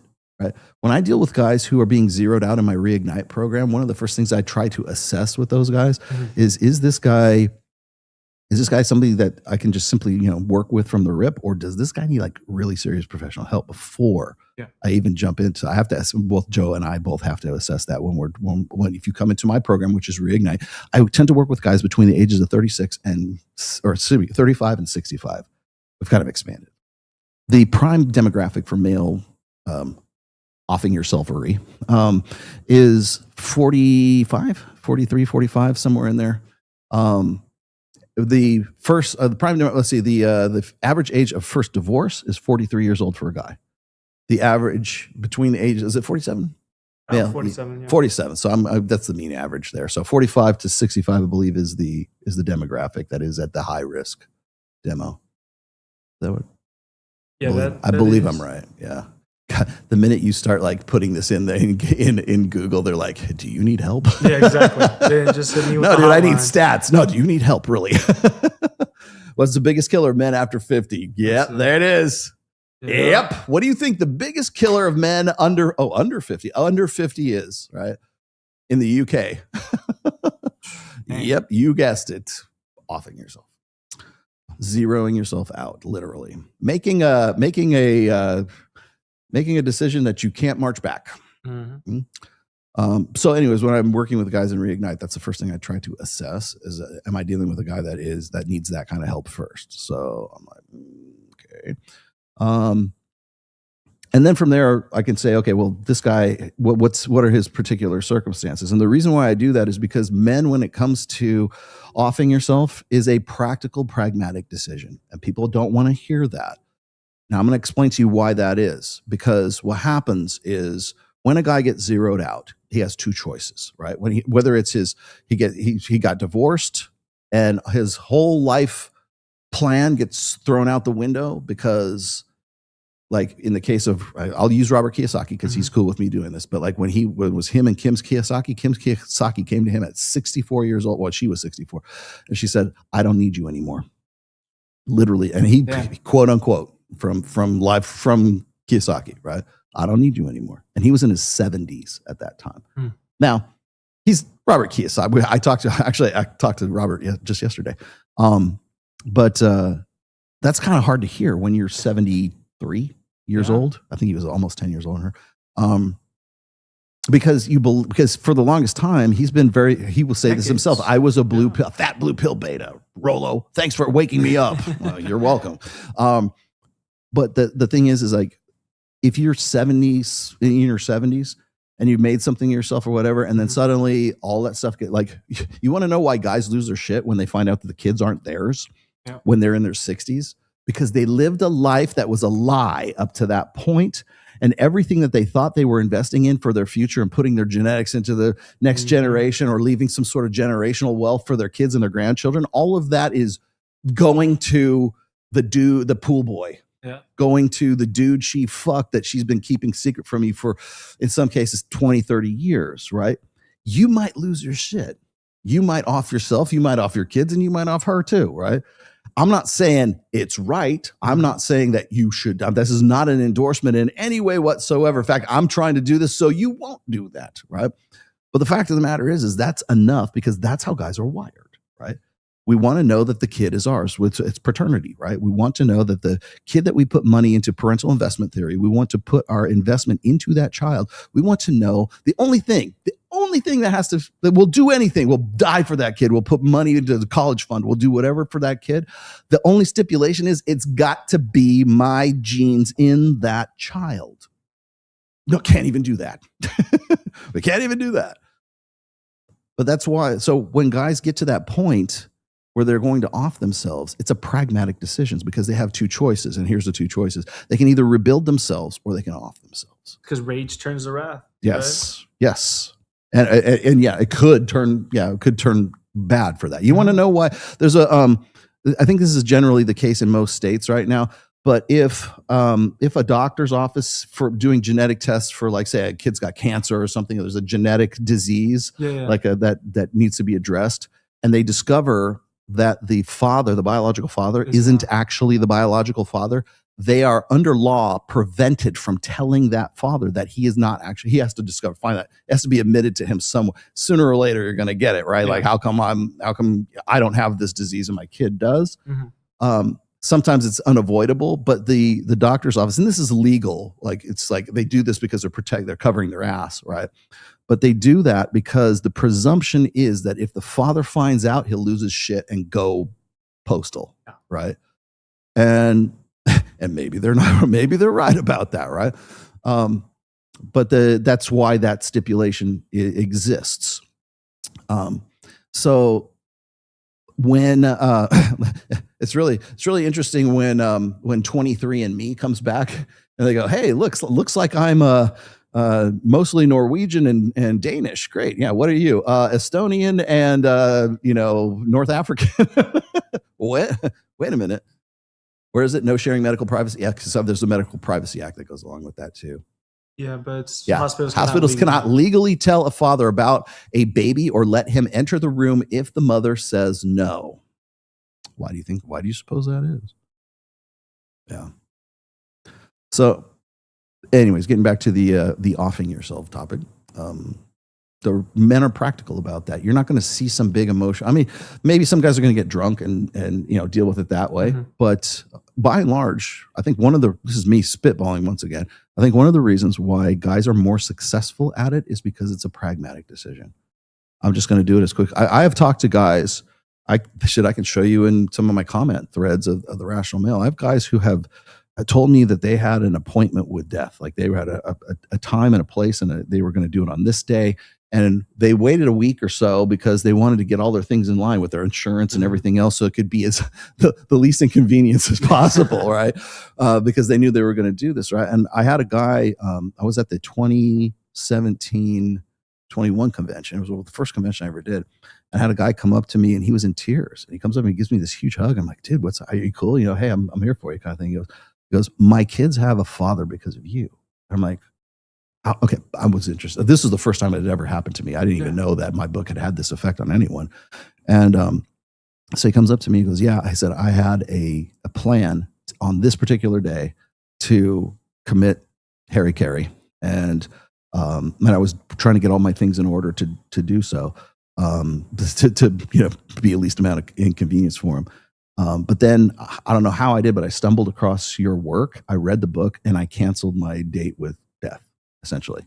And so he just wanted to thank me. He was really cool. I signed his book and everything. And it was a little bit it was the first time it happened to me. So it was a little bit of a weird experience. I'm sorry if it was you, and I'm a little weirded out even right now.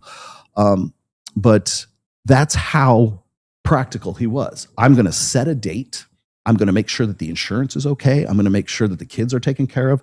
I'm going to make sure that there's no mess for anybody, the least amount of mess for, I got a dog, I better give the dog to somebody else. Like trying to get everything in this perfect order. And then this is the date, this is the time, and this is when I'm going to do it. Right. And by the way, there's no one that is more meticulous and more regimented than vets, than military vets who are coming back for maybe they got PTSD or whatever. That you want to know what the suicide rate is for U.S. military servicemen. It's crazy. If you have read my my second book, the Preventive Medicine, the dedication in there is to military vets who off themselves every 22 seconds or something like that, or 22 per week. I think 22 deaths per 1,000 individuals. There it is. 100,000 individuals. Yes. Yeah. There is no, you want a demographic that's up there. That's it. Yeah. Oh, good. Well, the rate dropped about 16% in the military archive active branches. Okay. Well, at least I've been making it.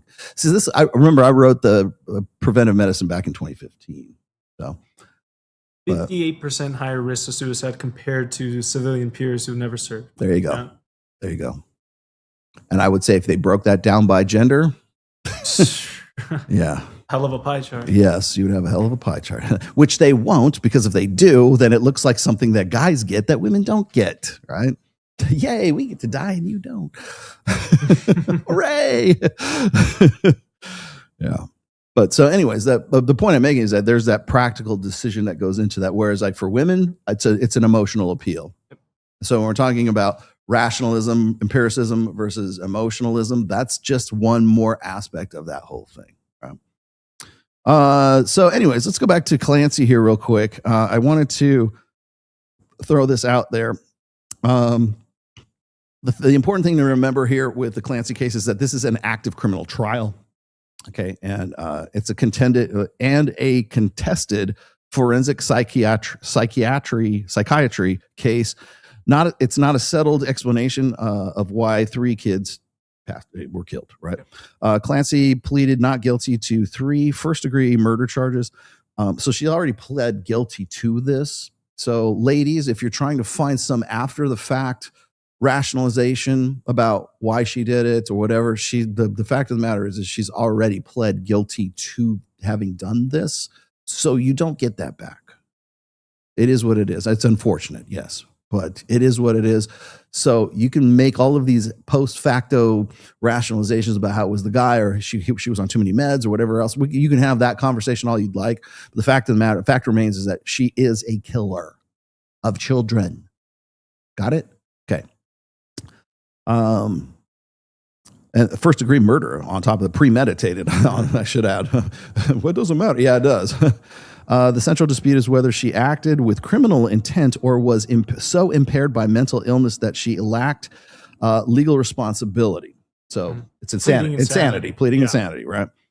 Let's see. So on January 24th, 2023, Cora Clancy, 5 years old at the time, Dawson Clancy, 3, and Callan Clancy, 8 months, died after being strangled in the family's Duxbury, Massachusetts home.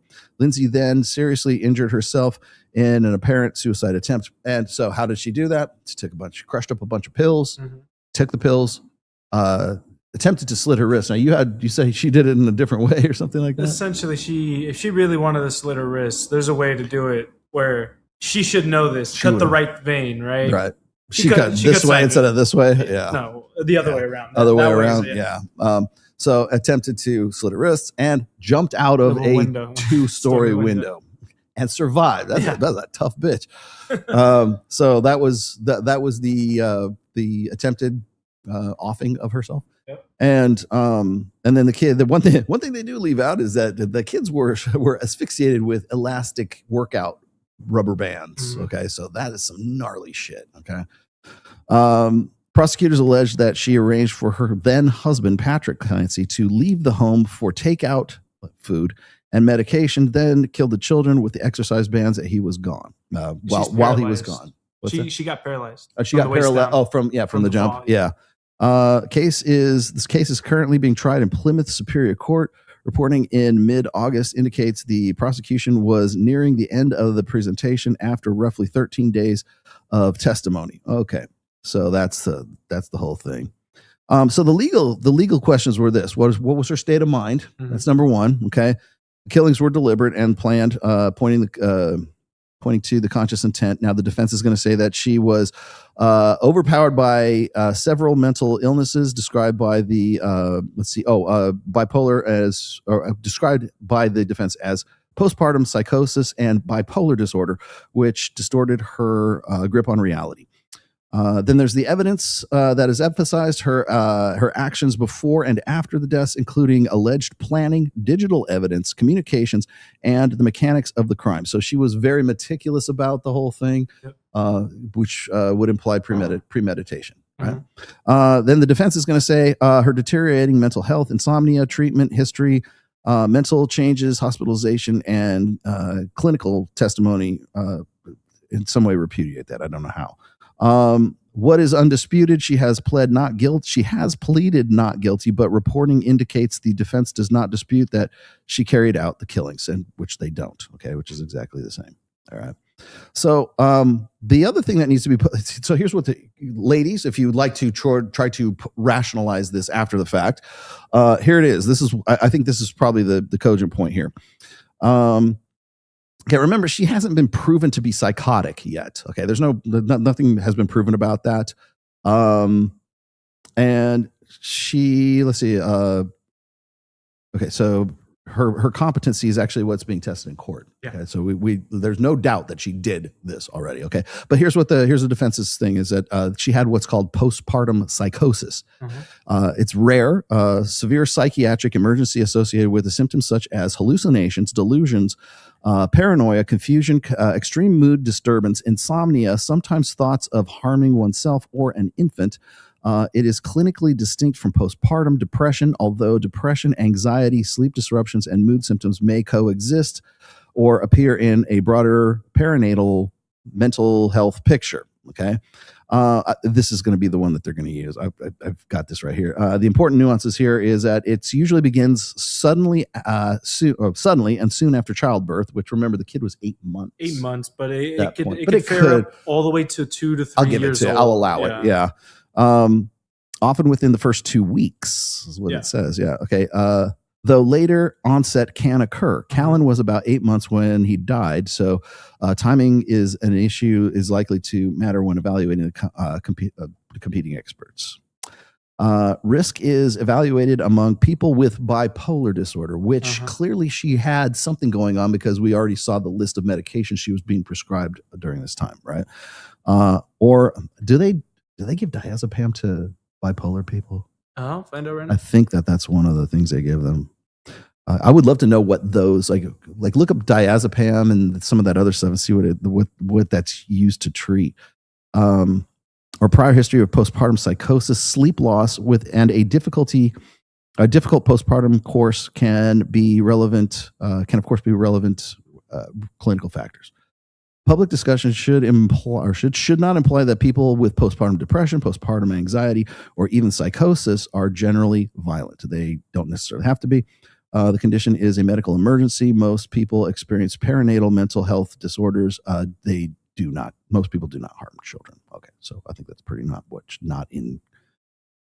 part of the question.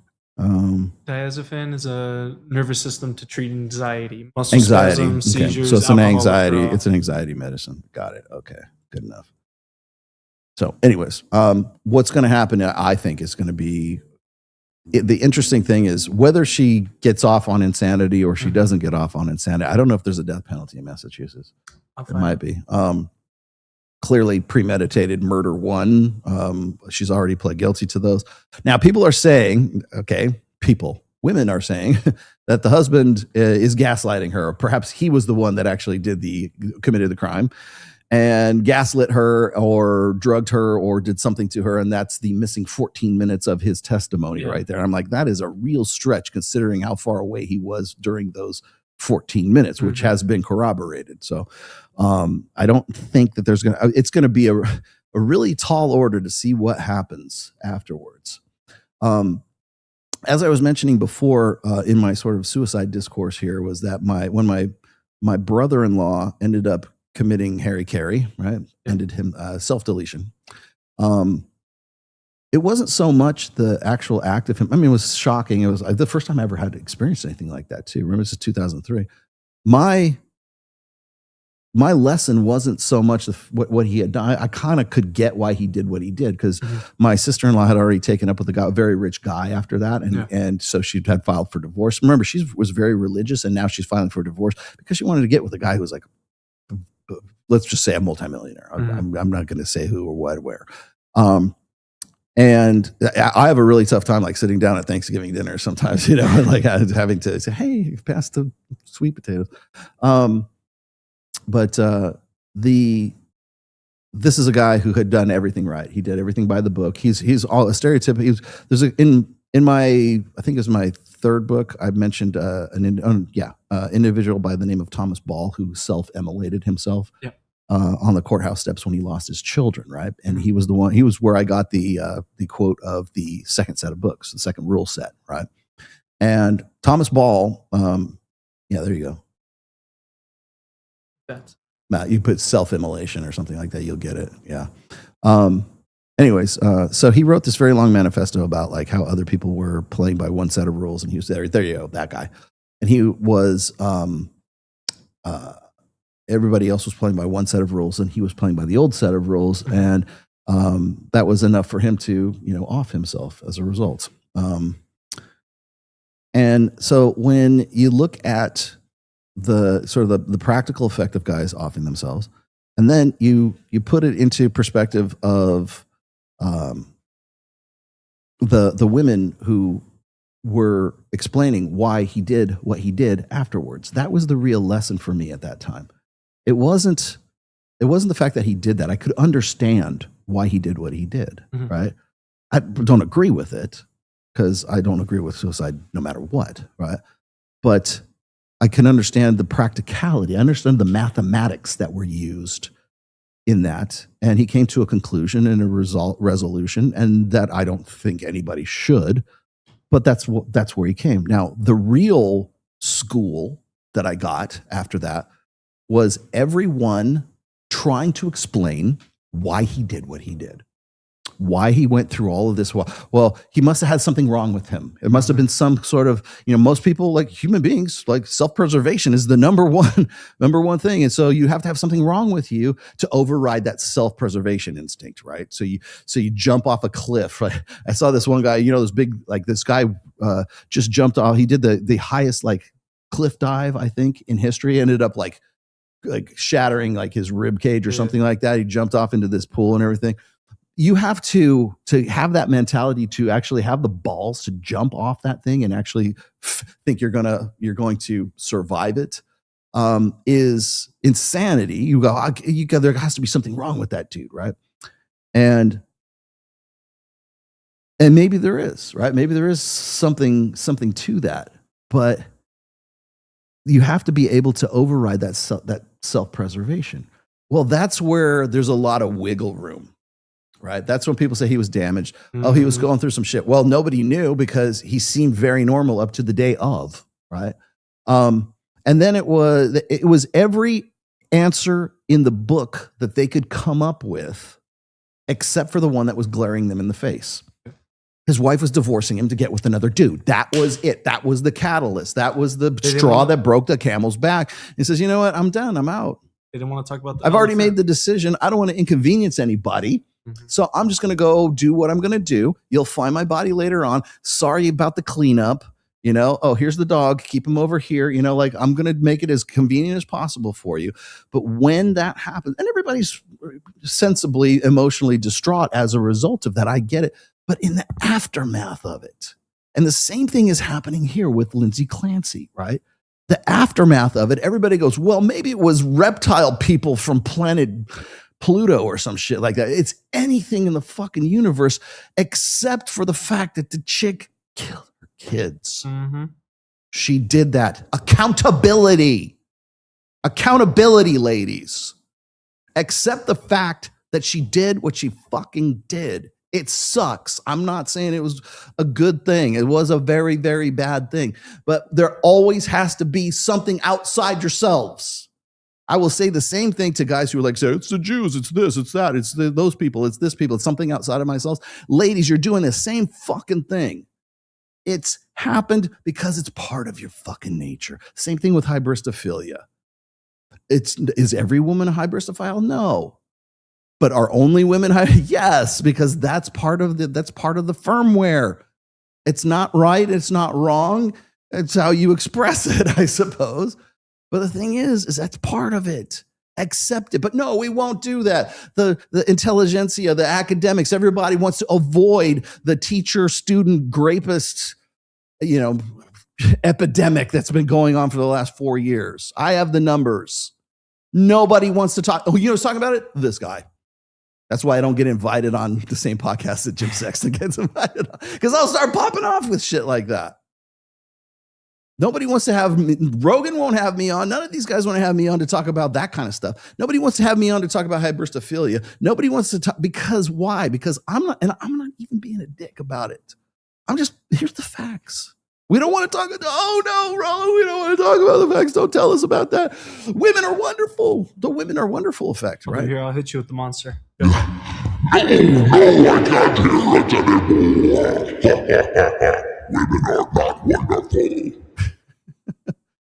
Yes. Thank you for the corgi. Okay, wait. There's not 1,000 jewels. You get one of these every time you give me a corgi. Thank you very much. It's time to lighten the mood. So here's the thing is, you look at like podcasts, like whatever podcast or Myron or whatever, and like, and to his credit, Myron does this better than anybody else, but like the premise is we're going to hold women accountable. No, you're fucking not. Because even when Lindsay Clancy, women are going to go, it must have been the guy. It must have been this. It must have been the drugs. It must have been that. It must have been this. It must have been aliens. It must have been Jews. It must have been this. It must have been that. It's not. She did it. That's it. End of story. They're just deferring Game to over. a higher power. I know it doesn't make you feel good about the sisterhood, but that's what happened with the fucking elastic exercise bands. You know what sucks? What's the guy? Watts. Watts did his entire family pretty brutally and buried him under the oil tower. You know what's crazy for Chris Watts? While they were talking to him and he was in his home, there was a commercial playing in the background, and it was a commercial about death and oil and all. It's fucking. And crazy. that's what inspired him. And hey, that's a good idea. Oh boy. Jeez, I don't even. Do we dare go there? There's canceled. There goes our monetization right there. Yes, I do have hair. Thank you very much. I can't believe he has hair. I was thinking about dyeing it, but I don't know. People kind of like the white. I had a lot of chicks. Dude, I had Lindsay. I had Electra Barbie. She's like, "Whew, you look good that way." I was like, "Really?" I don't know. What did it say? Yeah, it was an ad or intro for the American Horror Story playing in the and it was an ad about the oil and because it's apocalypse. Jesus. It's all this like crazy shit. I know. Sometimes God makes a joke and I'm the only one that gets it. Don't diet? Okay, I won't diet. Wow, no beanie. Yeah. Oh, wow. Imagine that. We can make I could do what is it called? A poll. Yeah. Okay. Do a poll. What should it be? Here, this is actually me right now. It's the Rogel Dorn effect. That's what I should title this video. So anyways, so the Lindsay Clancy thing, same thing I'm going to tell you about Candace Owens and Andrew Wilson. Same thing I would tell you about any case. Wait till the shit happens. And then the real education comes from watching what happens in the aftermath. Getting back to my story about my brother-in-law. My red pill moment wasn't him actually offing himself. My red pill moment after that, such as it was the effect of how women in my family and women who didn't even know who, like personally did not even know who my sister-in-law was, took her side. Anything except for the fact that perhaps what she did was the catalyst. Now, it's still on him. He's still like, same thing with Lindsay Clancy. She did it. Same thing with my brother-in-law. He did it. Okay. I accept that. No problem. I get it. That was a bad decision in my book, but he did that. Okay. But what was the catalyst? What brought him to that point? Right. It was getting zeroed out. It was the choice between rebuilding yourself in a new paradigm, right? Because now you can't go back to the way you used to think beforehand, right? Or you can cease to exist. You can delete yourself. And now if you come to Reignite, come to my program, I'm always about reinvent yourself. That's why we call it Reignite yourself, right? Clever, right? That's why I work with guys 35 to 65 years old. If you're 70, I'll still work. Kiyosaki is older than 70. But yeah, I mean, that's one of the reasons. I hate to make this an ad for Reignite, but I'm going to right now just for a minute because I think it's good. It's helpful it gives context to this whole thing. That's one of the reasons why me and Joe started this group in the first place. It's beautiful too because I love it. We just went to Babes in Toyland last week, and I had Harold and I had Steve-O out there with me. Big shout out to you guys, and you get a name shout out because like these guys they're in there and they're doing the work. They are there, man. You know, I think I seen Harold like a few months ago, and I'll say how much he has changed as a person. Dude. Everybody says that too. Like wow. And I'm gonna tell you something else. Steve-O, like I met Steve-O almost a year ago, close to a year ago. And when he came into the group, he was right in the middle of his divorce. The divorce is over now. It's finished, right? But when he was going through it, I'm like, how the fuck am I going to help this dude, right? Mm-hmm. And I do that with every dude that comes into the group in the beginning. Like I had this other guy, Chris Hetrick. He's in my group as well, and he had all these guys have very similar stories, right? I was in a sexless marriage. I was this, I'm trying to rebuild. They're all trying to rebuild themselves from recovering from being zeroed out. If there's a mission statement for Reignite, that's it. We're here to help you rebuild yourself in the aftermath, right? But man, Steve-O, dude, man, I was like, because he's got this accent, he's got this Texas accent, and you know he's overweight, but he lifts, so he's like strong up here, but he's got the he needs to work on that. We'll get that done. But man, chicks were into him. Hell yeah! I was shocked because he's really good at like socializing and conversation and stuff like that. He has the gift of gab. And he has that accent too. So like, where are you from? It's like Landman. Like he has that kind of Landman kind of appeal, right? And he's like, I told him, I said, well, if chicks ask you what you do, always say you're an industrialist. What's an industrialist? Exactly. Yes. He actually drives for FedEx. I'm just say you're in transport. Right? Yeah. I said, hey, you're a FedEx driver, right? So the employees own parts. You get stock options, right? Do you own any stock? Yes. Technically, you own a transportation company. There you go. I'm part owner. Yeah, you win. You just gotta find a way to reword it.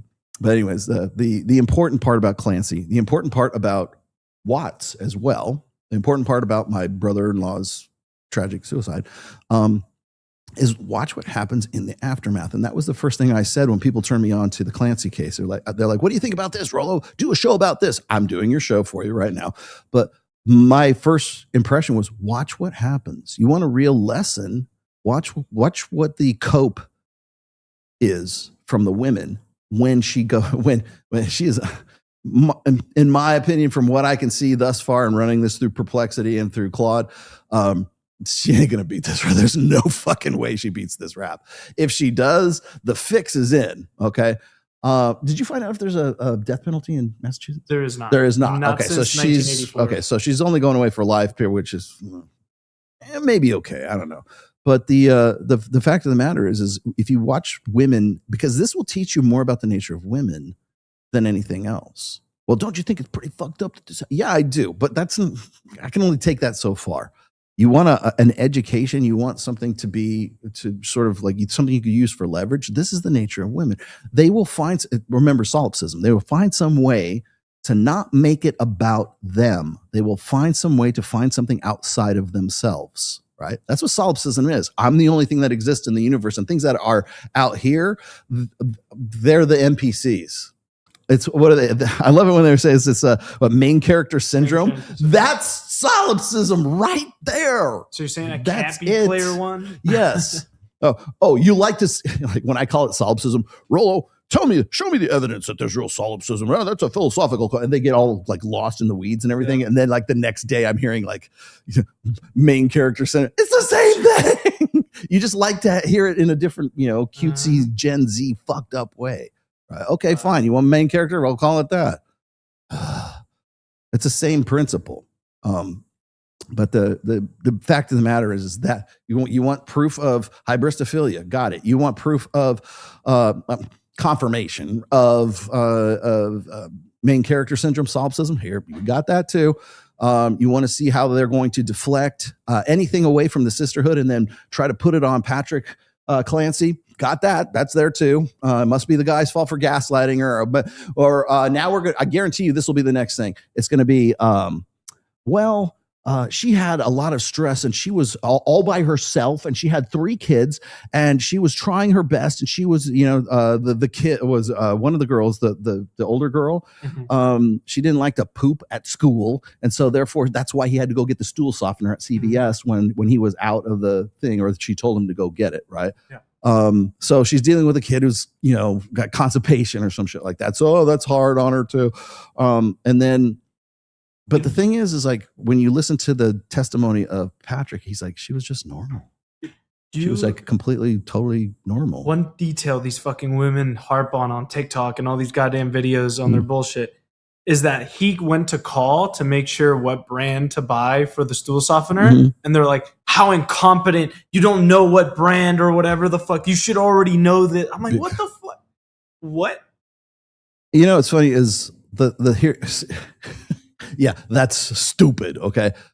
But here's the thing is if he hadn't called and he got the wrong one, you get more shit for getting the wrong one than you do for not knowing what the right one is, right? Whatever the fuck it is. There's stool softener. But you need pediatric stool softener. You need which is why he was calling to clarify that stuff. He was trying to be like proactive about the whole fucking thing, according to his testimony that we know, right? Ladies, you don't get this one. This isn't you don't. There's no scenario where you get out of the fact that she choked her kids with fucking elastic bands. You don't get out of that. What gets me is this. You know why this is even an issue? Why people are even following this case is because women don't want this to be about the sisterhood. They don't want this to in any way reflect negatively on the sisterhood. And if it looks like there's a national story that's going to paint women in a bad light, they will find some fucked up way to say it's lizard people or it's his fault or there's anything to dodge accountability. And I don't even think the sisterhood is accountable for this. I think she's personally accountable for this. But women think that if one woman is being accused of this, all women are being accused of this. No, ladies, it doesn't work that way. She's an individual who made some bad fucked up choices. Maybe it was because she was on too many drugs or whatever, all prescribed by women, female doctors. But the fact is like she made that decision. That doesn't necessarily have to be some totality statement on womankind, but you're going to think that it is. And you know why? Because this is how women argue. And I know this from years of being on Access Vegas and going on Fresh and Fit and going on whatever podcast and doing. Because when you get into a situation where the man has to be the voice of empiricism and women are the voice of emotionalism, and when women run out of rationality, when they run out of empirical gas in the conversation, they try to reframe the argument to be to put things into emotional language. So now we have to be sympathetic with her. Well, that's emotionality. You're taking away from the empiricism that she committed this crime. Right? Tangents. Okay. Yeah, but what about her feelings? Fuck your feelings, Godson. Thank you very much. No, the kids, you know what the kids are saying right now, wherever they are in heaven or whatever, fuck your feelings. That's what they're saying. Fuck, man. Like just fucking sack up and say she's fucked up. She did something bad. Because when women start talking, like you'll see this all the time. I tune out whenever I hear this. I probably shouldn't, but I do now. When a woman is trying to make a point, like a guy makes, Andrew Wilson makes a cogent point about, here's something about female nature that, well, first of all, they got to try to make it about men at that point. But if they can't do that, they will say, as a woman, I think, blah, blah, blah, or they'll rattle something on. As if they are speaking for all womankind. I'm going to step up here and I'm going to speak for, what is that meme with that guy who's like stands up in church, that one. As a woman, I'm speaking for all womankind now. We didn't do it. He did it. Space aliens did it. The lizard people did it. The drugs made her do it. No, we can't talk about hyperspace. The bad men did this. The system did this. Everything. Female oppression, the patriarchy, blah, blah, blah, blah. Right? No, she made a bad decision. It's okay. Just accept that and fucking move on. It's okay. But no, because when women argue, they always argue on behalf of the sisterhood. It's the sisterhood uber alles, right? That's why they begin those kinds of sentences with, as a woman. Click. As a woman. No, how about this? Your opinion. How about you as an individual? Stop, ladies, stop being a herd animal. Stop being cattle. And don't say, as a woman, here's what I think.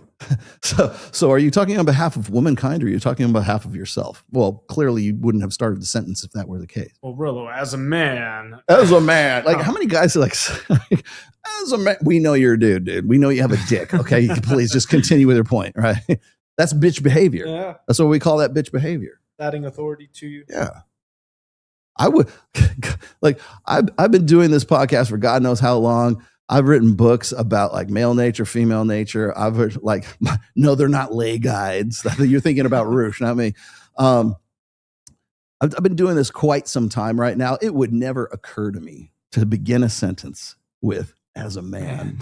It would not even be a concept in my head because I take personal responsibility for myself. And why wouldn't you? Because men think hierarchically, right? Why do women say as a woman and then presume to speak for womankind? Because women are egalitarian. It's a communitarian sense. The psyche is communitarian. Hunter and gatherer, women are the gatherers. That's the egalitarian ideal. Women tend to organize societies in the round, in communities. It takes a village to raise a child, right? That's why socialism and communism and Marxism have all been very appealing to the female mindset because it seems like, oh, you get one. We're going to distribute wealth. If you look at the statistics, I could give them to you right now. I have them here in my folders for my Twitter. Women tend to vote for wealth redistribution legislature far more than men do. When it comes to like college campus stuff, it's very much a much more egalitarian kind of thing that they don't want like college. They don't want certain speakers. They will actively vote against being able to have personal freedoms if it means that the collective is more secure. They will trade liberties for security because that's the way it thinks. That's the way that's the way the collectivist psyche of women work. That's why when women organize societies, it's always egalitarian. It's always in the round. There's no team captaincy. You get one and you get one. And Sally, you're pregnant, so you get two. And you get one and you get one and you get one. For men, it's hierarchical. That's why guys don't go, as a man. No, because they don't think about things in egalitarian in the round. They think of things, well, here's what I think. Here's my opinion on this. Here's my take on this. Here's the work that I've done. And it's stacked. It's hierarchical. It's a layered way of organizing society. People will say, well, that's patriarchy. Yeah. And it's a much more balanced way of organizing society than clearly where we are right now with women. Organizing society in the round, organizing it in an egalitarian, communitarian way of thinking. Now, sometimes that's necessary, right? But men organize societies differently than women do. And up to this point in Western society, that hierarchy has worked out pretty fucking well, okay? Until now where we're at. And you know why? Because whenever some shit comes down and whenever there is any proof, any evidence, any incidents where something empirical would be unflattering to female nature, that's when we have to have the yin and the yang. That's when we have to, well, men do it too, right? Whenever there's anything that would only relate to female, like hybristophilia, wonderful example of that. It's a pretty, from a societal cohesion perspective, hybristophilia is pretty disruptive, okay? Well, why do women do that? Why do they like thugs? Why are women more attracted to characters that have dark triad personality traits? Why was the Tinder swindler so successful with all of the women that he was with? The guy lied that he was a Mossad agent and his dad was a Hasidic diamond merchant, and that, he had this private plan. We're going to go to Mykonos. We're going to do all this stuff. And it turns out to be just one big clusterfuck of bullshit, right? But women lined up to take out, in one case, 9 bank, loans to help this guy. Why? Because that's the chick. She wants security. It's part of female nature. No. It's got to be this evil man or the patriarchy or whatever else. No, it was her personal decision. Maybe it wasn't after bank loan 1. By bank loan 9, it was most definitely her personal decision. Okay. And when the facts and empiricism and when it's right there, it's black and white. I have this thing. I have this jewel right here in my hand. I have this physical manifestation of this thing right here. It's proof. It's undeniable. It's incontrovertible. No, that's like your truth, man. It's not my truth. It's like, well, we got to change the nature of the game. And that's what women are trying to do with Clancy right now. Change the nature of the game. It's like the WNBA, right? Remember when the WNBA first came out and none of the girls could dunk. It's too tall, too high. So what did the WNBA say? Let's lower the net. Let's lower the net to, was it 2 inches? Something like that. I forget what they never did it, right? But the suggestion was that they were going to lower it so that they could do that. The reason why they didn't is because when you lower the net, you fundamentally change the nature of the game. So what did they do? They found tall lesbians who could actually dunk, right? What's that one white chick who's the really good WNBA player that Mike loves so much? What, Caitlin? Caitlin Clark, yeah. Caitlin Clark, yeah. Okay, I don't think she can dunk, but that chick can hit it from she's field goal after field goal. She's hitting threes. Yeah, I respect. That is one. There is a few female NBA players that are pretty good. But I was going to say is that when you change the nature of the game, that's part of the female psyche. Well, we can't win, so we want everybody to be a winner. We want it's the participation trophy mentality. Everybody gets to be a winner. Let's not keep score. We don't have to keep score, right? But we can't dunk. It doesn't matter. Hey, good for you, Caitlin. Right? It's that's where we get the participation trophy mentality, because we want everybody to feel good. But nobody was it. Remember in the Incredibles when it was a syndrome? He's like, then everybody will be super, and when everybody's super, no one will be. That's the female nature. It's like we want everybody to feel super, but when everybody's super, nobody is super, and no capes. No capes. All right, let me get to some of these comments here. It might be Sophie Cunningham, the one that he likes. Is it? What's the one that did this? The whole she was. That's Sophie That's Cunningham. Sophie Cunningham. Yeah. Okay, I get you. This is her. Oh, put her on. Yeah. Okay. Didn't she get like bodied or something like that? Oh, she's a piece of ass. That's why they hate her. Put her on. I want that. Yeah, I want that on my podcast. Fuck yeah. Oh, hell yeah. Sophie Cunningham, I will remember your name, darling. There you go. That's the point. How can we get her on Access Vegas? She all right? She's all right. She's a Vegas. She looks like she belongs in Vegas. Sophie Cunningham. Yeah, there it is. Go back to the finger. Put that one on. Oh, man. I'm going to use that as a thumbnail. That's too good, man. I remember seeing that. All right, let me get to these. Here we go. Nicholas Cruz fly straight and true. Great, thanks. Has more of a work ethic than most betas and gammas. This is about practice makes perfect. Oh, man. That's bad. That's so bad. FBI, open up! We're all busted now. Nicholas Cruz. You know, it's when I remember when Nicholas Cruz happened and that shooting happened, and I was actually on Pat Campbell's show, and we talked about that, and I'm like, he's only doing what he was trained to do, is conditioned to do. Yep. He's expressing himself emotionally with a high-powered rifle. Ladies, he's doing exactly what you wanted men to do, express themselves emotionally. Rollo. Hi, Rollo. Hi. Any advice for a widower, male, 34? Let's do the Deloney thing. With combat PTSD. Oh boy. Yeah, see a professional. don't look for help on podcasts. That's my best advice to you. My wife passed away 1 year ago, and I'm now trying dating in New York City. God, wait there. Get out of New York City. But it is hard with panic attacks, etc. in crowded places, focusing on making friends. First, yes, meds don't help. Okay. It depends on the meds. I don't know what they got you on. Again, I'm not a clinical psychologist. I am not a psychiatrist either, so I cannot tell you what meds should or shouldn't be in your bloodstream. So just with that in mind, I think the best thing you can do is like get your head straight first. PTSD is nothing to fucking laugh at. If you feel like you are having, self-deletion ideation, definitely get help, and not from me, from somebody who knows what they're talking about.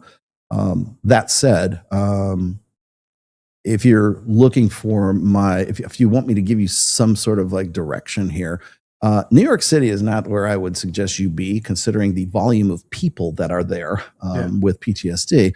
So you might want to remove yourself to a lower population state or some sort of city, right? I don't know what your work situation happens to be. I don't know what your particular goals are. I would need to sit down with you and talk to you a little bit more. Which, by the way, if you want to talk to me, you can all my contact information is down below the fold. You'll have to click, more in the description, but you can get in touch with me anytime, anyway. I am available, by the way, by email, by WhatsApp, by Signal, by Twitter, by Instagram. What's the other ones? I'm trying to think of the Cash App. I'm trying to think of all the social media I'm supposed to be active on all the time. But I'm probably the most accessible dude in the Manosphere. So if you need help or you want to if you just want to shoot the shit, just email me and we'll set something up. And then we'll get you squared away. It's kind of out of the scope of doing this on a podcast, but my first impression is get out of New York City if you can, just simply because of the high concentration of people there. I'm going to make a lot of enemies by saying this, but I don't think the chicks in New York City are anywhere near comparable to Miami. I don't know what your goals are, because your wife just passed away as well, so you're probably reeling from that too. So maybe don't even think about that kind of stuff just yet. Get yourself straight. And then I would say, find some place that's a little quieter. Seems like that would be the best bet for me. But if you want to talk, please just email me and let me know. And I'll be happy to, free of charge. I'll be happy to talk to you. So, thank you for this $20 for, I don't know what. Dude, you look like a Vietnam veteran, dude. or else it's what is it? What's the guy from Tropic Thunder? Robert Downey Jr. Yeah, never go full retard. 250 jewels. Thank you. It's jewelry time. Is cuckoldry a practice and moral equivalent to what's that icon? I can't see it.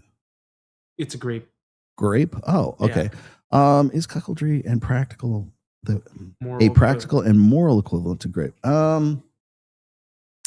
You mean on the part of the chick? I don't know, because usually in I wouldn't say the practical part. I don't know. I think it's kind of depends on the context of like what the cuckoldry is, right? You got to remember that there's two kinds of cuckoldry. There's proactive and reactive, or proactive and retroactive per se. Like I've said before, and one of these days, Andrew Wilson and I are going to have this conversation. But retroactive cuckoldry is she's got 3 kids from 2 baby daddies, and you signed up to be the guy who stepped up, right? And you signed up to be the stepdaddy. You decided to marry Brittany Renner. Lucky you. So anyways, that's what I would call retroactive cuckoldry, because you're signing up. It's elective cuckoldry, I guess, because people go, well, but I'm not letting her fuck another guy. No, that's not what I mean. The end result of cuckoldry, like definitionally, is you eventually take care of the offspring. You're parentally invested in children that are not biologically yours. That's why guys lose their shit when they find out, they discover that at 70, right? I think I talked about this. It's in the Selfish Gene. It's in Selfish Gene, Richard Dawkins. Yeah. Selfish Gene. And there's the biological perspective of genetics, or the biological perspective of reproduction, which postulates this, that all organisms, from trees, from plants, from bacteria, to human beings, to dolphins, to elephants, the organism itself is just a vehicle to propagate the DNA, because DNA is the only thing, your DNA is the only thing that you will leave behind after you die, assuming you reproduce, right? And assuming you're not an incel, you're a chin cell. Chin cells don't reproduce. Chin cells don't fuck. Chin cells get no hoes, man. Here. I'm like, man, bro, that's why you don't get no hoes, man. It's a chin cell, that's why. But that's I'm not saying I necessarily agree with this, but maybe I do a little bit, kind of. That organisms are, I'm not saying that's all we are, but we are definitely vehicles for our DNA, right? You want to know why guys lose their shit when they find out that the kids aren't theirs? Because they have taken a lifetime of investment, that putting that parental investment, that money, that time, that love, that emotional investment, that educational investment, the personal investment, whatever it is, into kids that are not biologically theirs, by means of deception on a part of the person who they trusted most in their life, right? And that is the other form of cuckoldry, which is the proactive form of cuckoldry. And this is what gets, like, anytime I hear Matt, and I love you, Mac and Murphy, but I have a different take for your whole take on cuckoldry.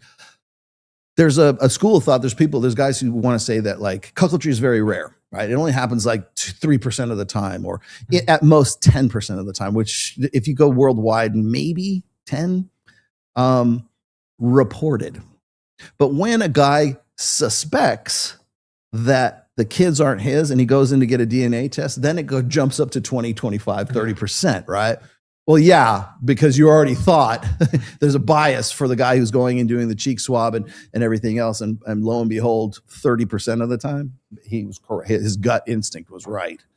But I think that as we have more technology, I personally think all live births should be tested DNA for the mom and for the dad, to make sure that dad is who he is, right? Can be held responsible for it. There was a legislature in Utah, and it was about like 3 or 4 years ago, and I don't know if it ever passed. I don't think it passed, but there was this legislature that they were trying to pass in Utah, where if a woman became pregnant, that the father was to be held responsible for at least for half of the prenatal like care, like if they had got an ultrasound or something like that, or if there's like, whatever it was, the healthcare that she needed prior to having the baby, that he was on the hook for paying for at least half of it, right? And I thought about that and I go, okay, with one stipulation, that there's a DNA test, a mandatory DNA test, once the baby is born, to determine if he is in fact the biological father. At that point, that guy can either electively say, okay, I'll be the father, or he can say, fuck this, I'm out. Give me my half of my money back again, bitch. Because that ain't my kid. You were fucking around with somebody else, right? Never going to happen. Rolo's trying to pass legislation. No, I'm not. I'm suggesting it, but I know it'll never happen. If the doctor can't tell you that you're not the father, actually, do you think that that's going to happen? No, it's not. So, but yeah, so do I think that it's the practical equivalent to grape? No, because it can be, you mean like I don't know how you could like practically equate that with grape. I would like to know what your thought process is. Is it the moral equivalent of grape? Well, now we're getting into splitting hairs. Now it's contextual. I don't know. Whose morals? Mine? Yours? Yeah, exactly. Don't ask me mine. Yours? See, the thing is when everybody says, is this the moral equivalent? Like when you start talking about morals, I'm not saying they're not important. They are. Absolutely. Virtue, all that great stuff that you see on the Mighty Men of Manhood sites. I get why it's appealing, right? But I'm much more of a pragmatist. I'm much more of a practical guy, right? I'm the rational man. Because like you get into ambiguity, like whose morals are we using? Like who gets to decide what is and what isn't, right?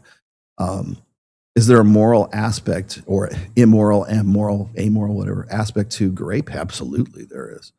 But it's as a result of the practical applications or the mechanics of grape as it is. I understand why grape is a crime. I understand why it's immoral. I understand why it's a violation of a woman. I totally understand that. But I also understand the mechanics of it too. So if I talk about the mechanics, then I must be an apologist. I must be endorsing it, right? Yes. Because I'm an oncologist, so I must be endorsing cancer. Right? No, I'm not. But good question, though. I think I need a little bit more to that one. Corgi.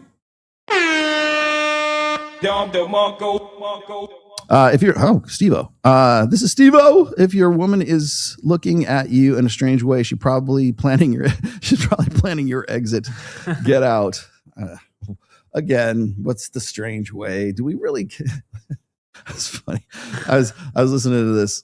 I was listening to this pastor this morning. He was talking about like, people can't really know each other's hearts, which really amounts to read each other's minds. And I'm like, well, how long have you been married? Because I can complete my wife's sentences sometimes, right? There's by the way, there's a difference between like we get this sometimes in the red pill, right? We're talking about what Rolo, am I supposed to read a woman's mind?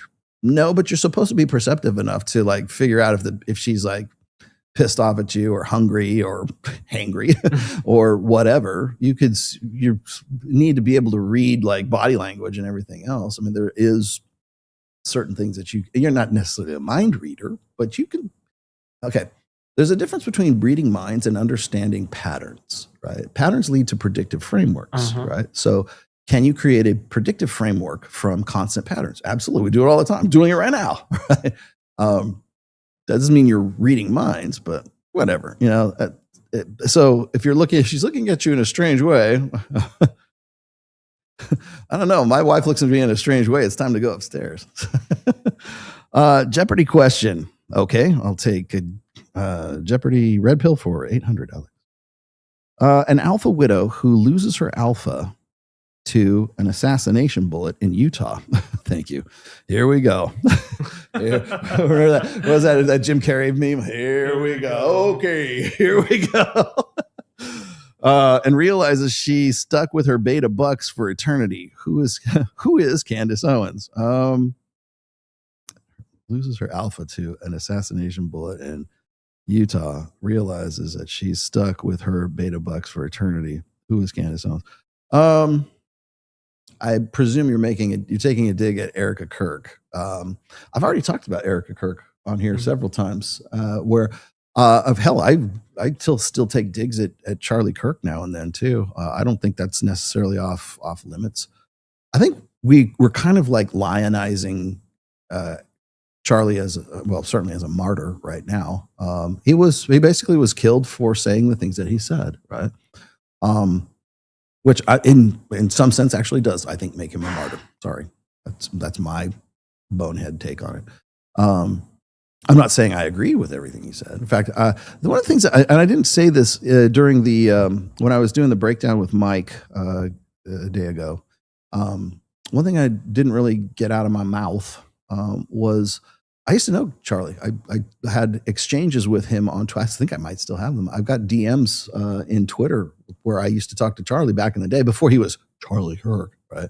People don't understand that like Twitter has a backlog, right, of a lot of stuff. Yeah, you know how I know Candace Owens used to call herself Red Pill Black? Because I was right there. I'm like, why is she calling herself Red Pill Black? I thought it was cool at the time. Then she turned into Candace Owens. Charlie Kirk, as I've said before on this show and other shows, I probably agree with about 90% of what he says. The 10% I don't has to do with intersexual dynamics and him being a Pollyanna, naive idiot when it comes to women. One of those women happened to be Erica Kirk, right? And I can't believe you're attacking Erica. Well, she had boyfriends before Charlie. Charlie has this very sort of like, white knight. Well, he had this very white knight kind of like, if you're just persistent and you open the car door for her and everything, well, you just pray real hard and the girl will just end up on your doorstep. It's like, dude, what are you doing?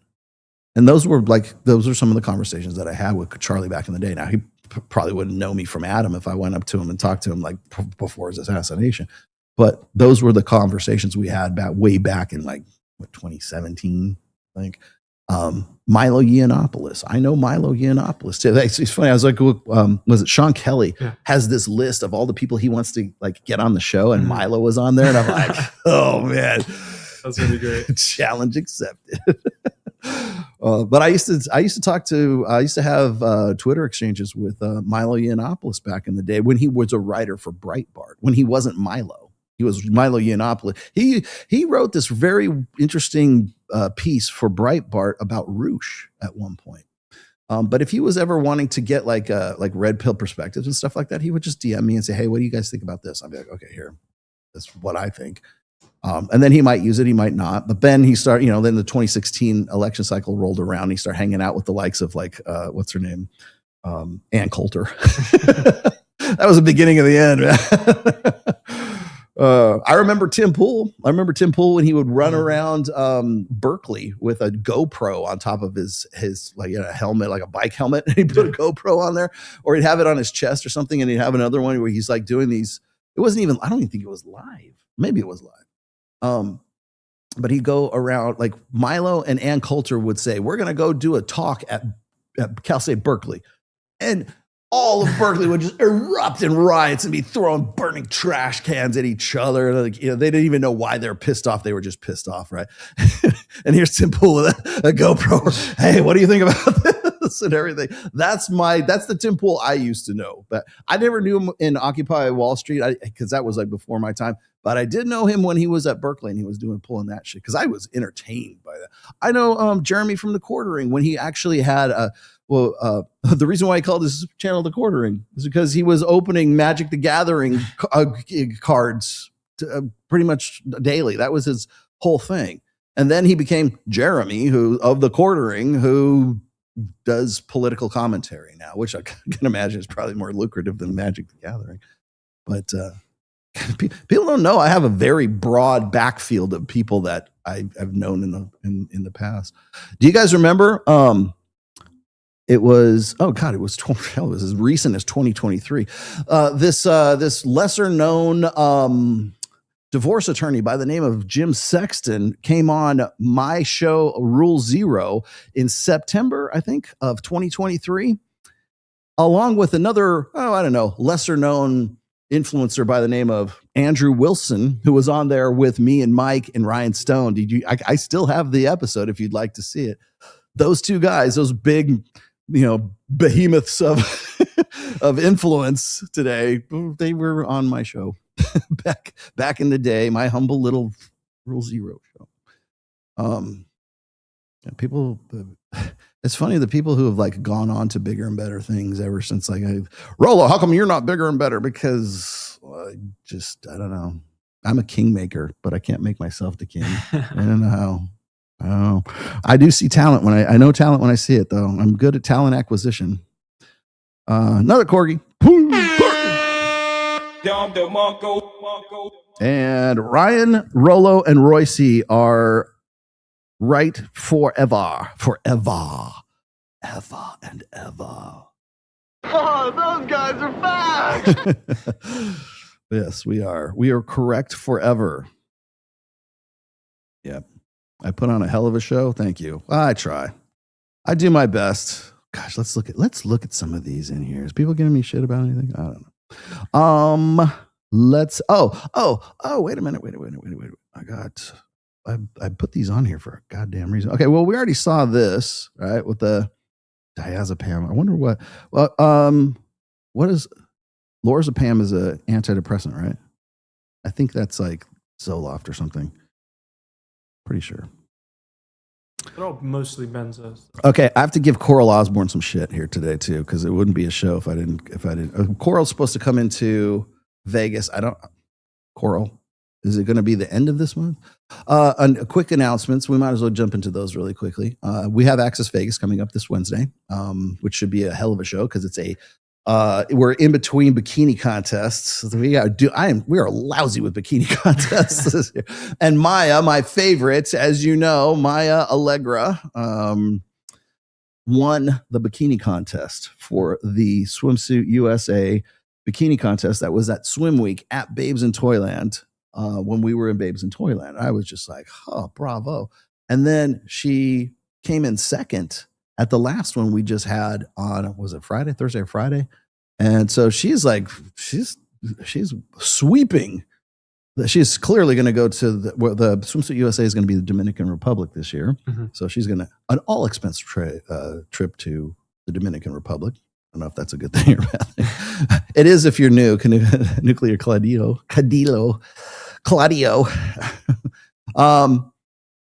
People don't know that I know this, and I told you this already.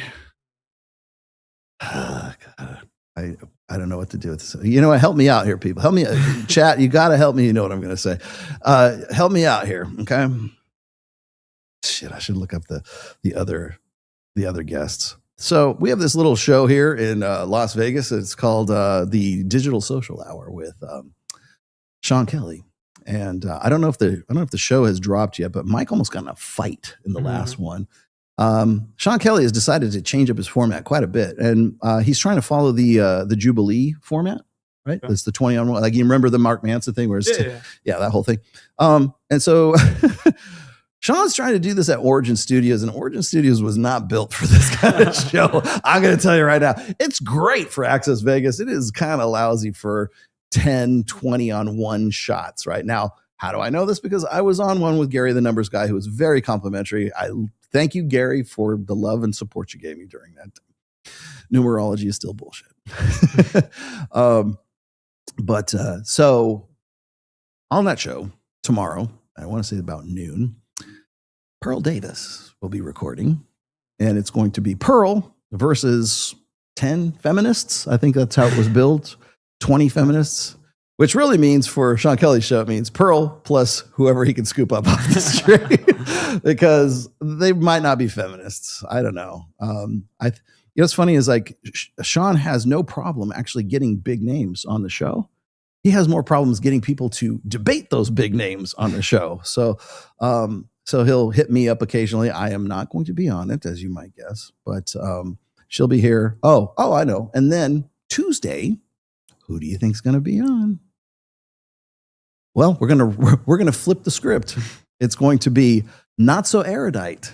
Kyla will be in on Tuesday, and it'll be her versus, I don't know, 10 anti-feminists. I guess I don't know. I don't know how they pull that off, but like, 2 of my most hated nemesises are in Las Vegas, and I'm like,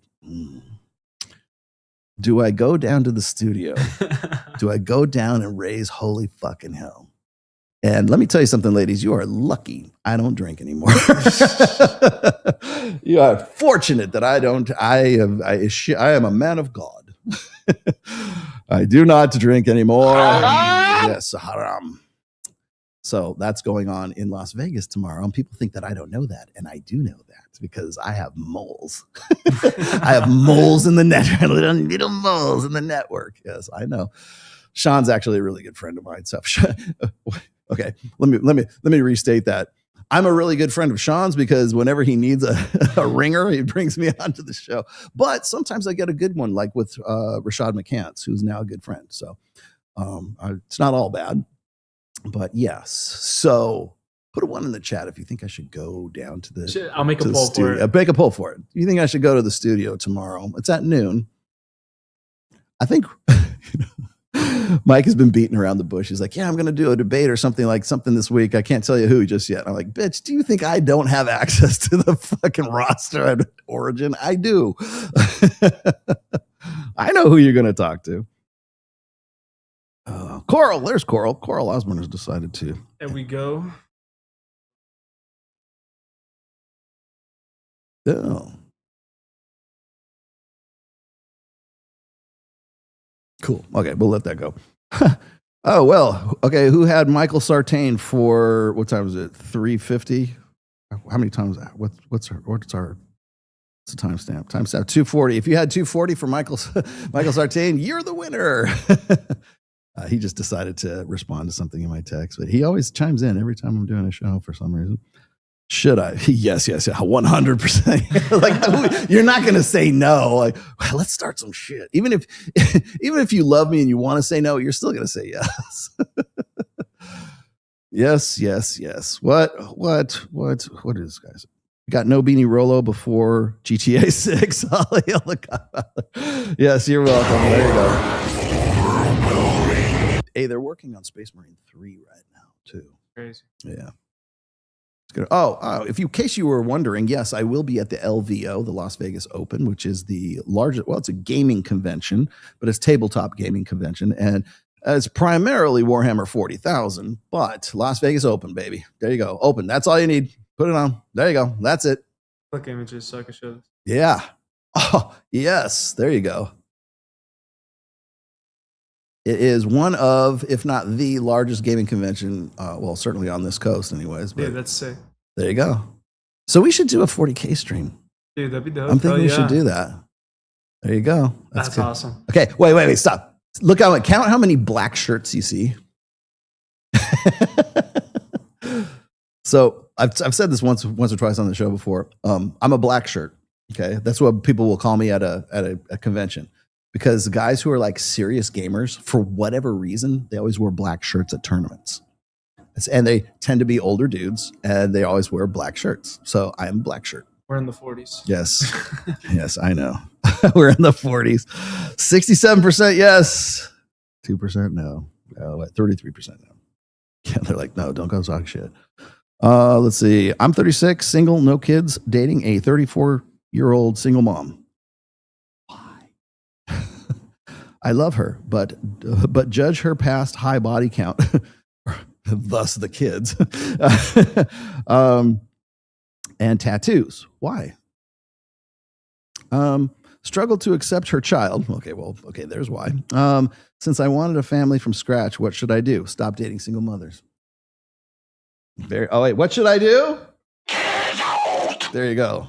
If it's not what you want, man. If it's not what you want, if it's a single mom, you have the power. You have the power. You may leave, sir. Yes. Good day, sir. Yeah, that's what should you do? Get out. Let's not be too flippant here. He did give us $10. Why would you? Okay, so high body count. You're still there. You don't judge her that hard. Yeah. Does she suck a good dick? Okay. And her tattoos. Now, this is the one that, okay. I just got done on Thursday last week at Babes in Toyland and saw some of the most beautiful women on planet Earth. Now, some of them had no tattoos. Would you like me to show you my? I'll get in trouble if I show you Maya.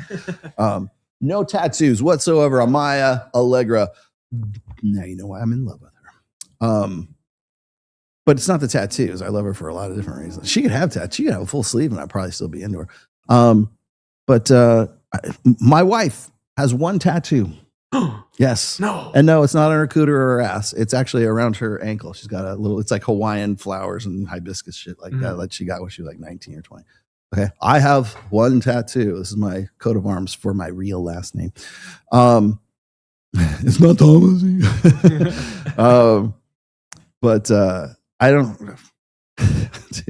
Dude, I grew up in like the Hollywood metal scene in the late 80s and early 90s. Do I look like a kind of guy who gets too flex about a sleeve of tattoos on a chick? No, I don't. Well, they're more promiscuous. Yeah, that's kind of the point. Bro, I can't bring her back home to Play mom and ball. Yes. Okay. Now, if she's like 10, 15, 20, God forbid, 20 pounds overweight, and she's got a Bart Simpson tattoo on her thigh, and you met her at Walmart, then yeah, I judge that. Okay.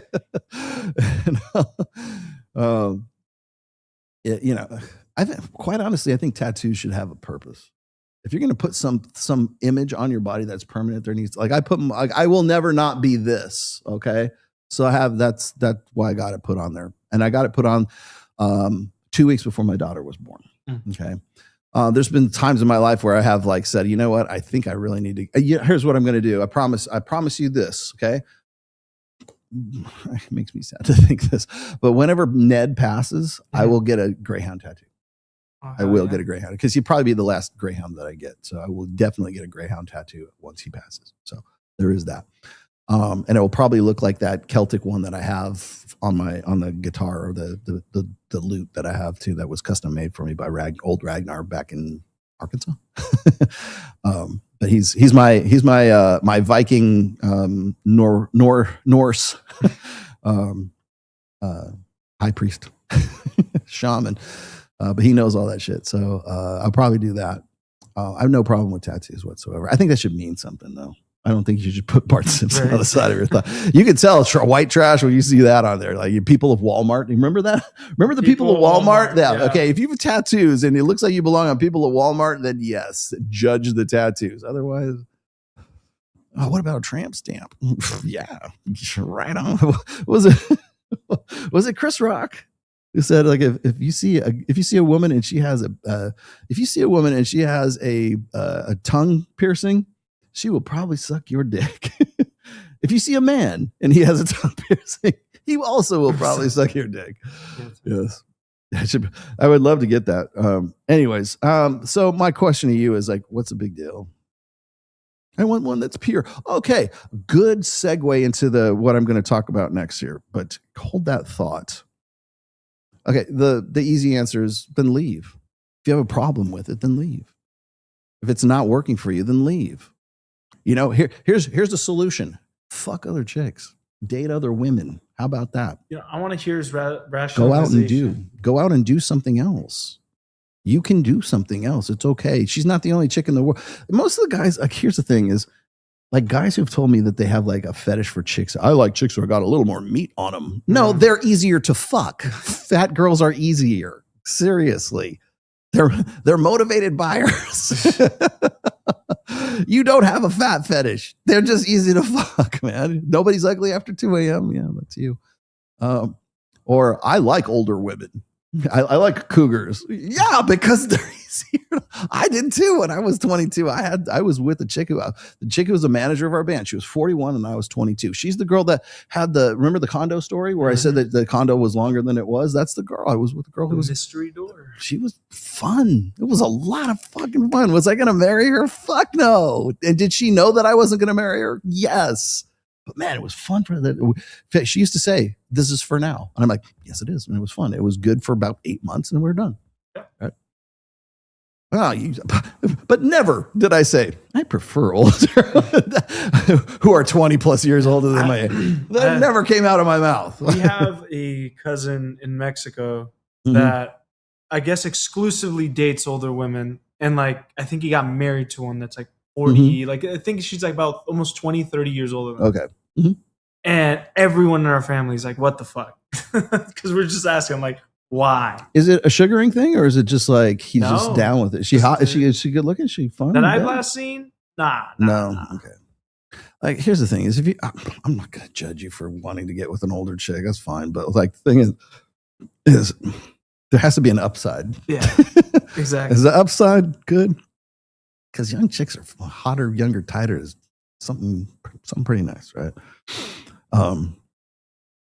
Let's see. What you should do is just get out. That's what you should do. But I'm going to hold this. I'm going to hold on to that this super chat for half a second here because it's a nice segue into something else I kind of wanted to get into before we kill this stream. Appreciate it, man. I'll reach out. Okay, yeah, thank you. You're the PTSD guy. I can't really live in New York City. Of course, nobody ever can, right? As I'm the landlord of 2 apartment buildings. Oh, well, good. My friend gave me your book. God bless. Okay, good. Well, thank you. I hope it benefits you. The other thing is, okay, so if that's the case, like maybe you still try to find someplace that's a little more peaceful. Like I've known several people with PTSD, and the first thing they say is they need to get away from the chaos, right? So okay, so go to upstate New York. I don't know. Like find like vacation in Catalina Island, and you will find peace because that's my home. That's my happy place. But good for you, man. There it is.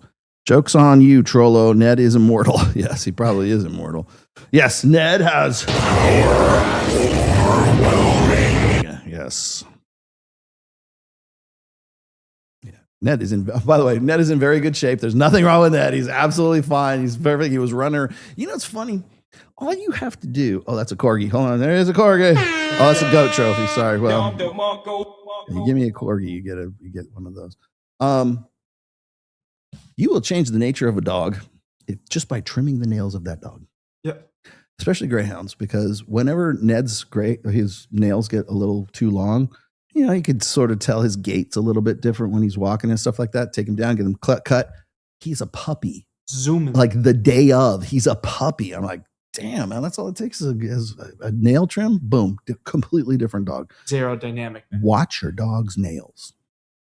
Learn to do them yourself if you can. Like you gotta be careful though, because they have black nails. Forget it. No, you leave that to the professionals. With my Great Pyrenees, it's always rough. Yes, I know they have these ones where it's like there's an ultraviolet like light, so you can see the wick, and you can do that. I want to get one of those, but yeah. Cut your damn dog's nails, man. They will thank you for it, man. Yes, in many different ways. Okay, last thing I wanted to do here is, and this kind of was I really liked this, and I felt like I have to put this on the show today because it kind of got to a conversation I was having with Coral recently. But I wanted to put this on there because my good friend Archwinger did a really just fantastic. Where did it go? Did a really great essay, and let's see if I can find it. It's on Substack. It's Archwinger Substack. I'll get the URL and I'll put it in the chat here in just a second. Let's see, where did it go? Oh, wait, I know where I can get it. Hang on. Because I gave this to so many people when I first read this. And Coral was one of them. Where did it go? There she is. Okay. Yes, I have Coral Osborne in my text right now. There it is. Okay, here we go. This is Archwinger's Substack. The title of it is you learn to have better relationships by dating, not by vetting. This is the thing that gets me all the time. It's like, and this is, I lay this at the feet of tradcons, okay? Because tradcons are really they got a hard on for vetting, right? So because people go, what do you mean? What are you talking about? You need to vet a woman, right? Rollo's telling you not to vet. No, I'm telling you, you need to date. And I 100% get behind this Substack post here, the sentiment behind it. But I am going to, before I do that, I am going to post this in the chat so you guys will have it. There you go. If you don't follow Archwinger, you damn well should. He's a fantastic writer, and you're just about to find out why. Here we go. Okay, you learn by, okay. Rumor has it that there was once this idyllic time known as the 1950s. According to the internet kids born in 2002, this was the golden age of humanity where everyone was sexually conservative, dutiful, monogamous, and men and women respected each other. Back then, the economy was amazing. Once Billy graduated from school, which was probably a male-focused establishment with 6 hours of recess, 2 hours of auto shop, and all-male teachers to cater to how boys learn best, he could get a job at his local mechanic, make enough money to buy a house, and marry his high school sweetheart. They would then live in an idyllic little life in their small town. Okay. And practically everyone waited until marriage to lose their virginity, since practically everyone was getting married at 18, 19 tops. And the divorce rate was tiny and only happened in the rare cases of drunk abusers. In other cases, wives were super grateful to have their hardworking husbands supporting their families. Being an average guy with an average job was recognized as something that was hard work, worthy of respect, admiration, and a house, a wife, and kids. I'm not sure the above is completely accurate, but it seems to be what most people think about this amazing bygone era. Today, everything is ruined because the economy sucks. Most people get married at 18 or 19, who get married at 18 or 19 are poor people living in not so idyllic lives. If you want a real grown-up job that pays real grown-up money, most of those jobs require you to be in school or working your way up some kind of job ladder until you're practically 30 years old. Not all of them, but a lot of them. And that real grown-up money still isn't enough to buy a house and start a family. If you want a house, your wife also needs to work a real grown-up job after being in school until she's practically 30. On top of this, kind of related to it, actually, the standard healthcare practice for most girls starting puberty is their mom to have their doctor prescribe oral contraceptives. Nice. The stated reason for doing this is the hormones help control acne and facilitate a more regulated menstrual cycle with reduced symptoms, but the wink, wink, nod, nod, nudge, nudge reason are just in case. You never know, and she'll be ready when the time comes. I mean, much later, of course. This all leads to the big picture situation where most women in their 20s can't afford a house and kids. None of the men in the dating range can afford a house and kids, and they're on the pill. So they can have sex without worrying too much about the costs or shame associated with a premarital pregnancy, and they're on an education career path to get jobs that make money that's going to take them until they're darn near 30. All of that are also that maybe in combination with a husband who's done the same, they might actually get to afford a house and kids one day. Okay?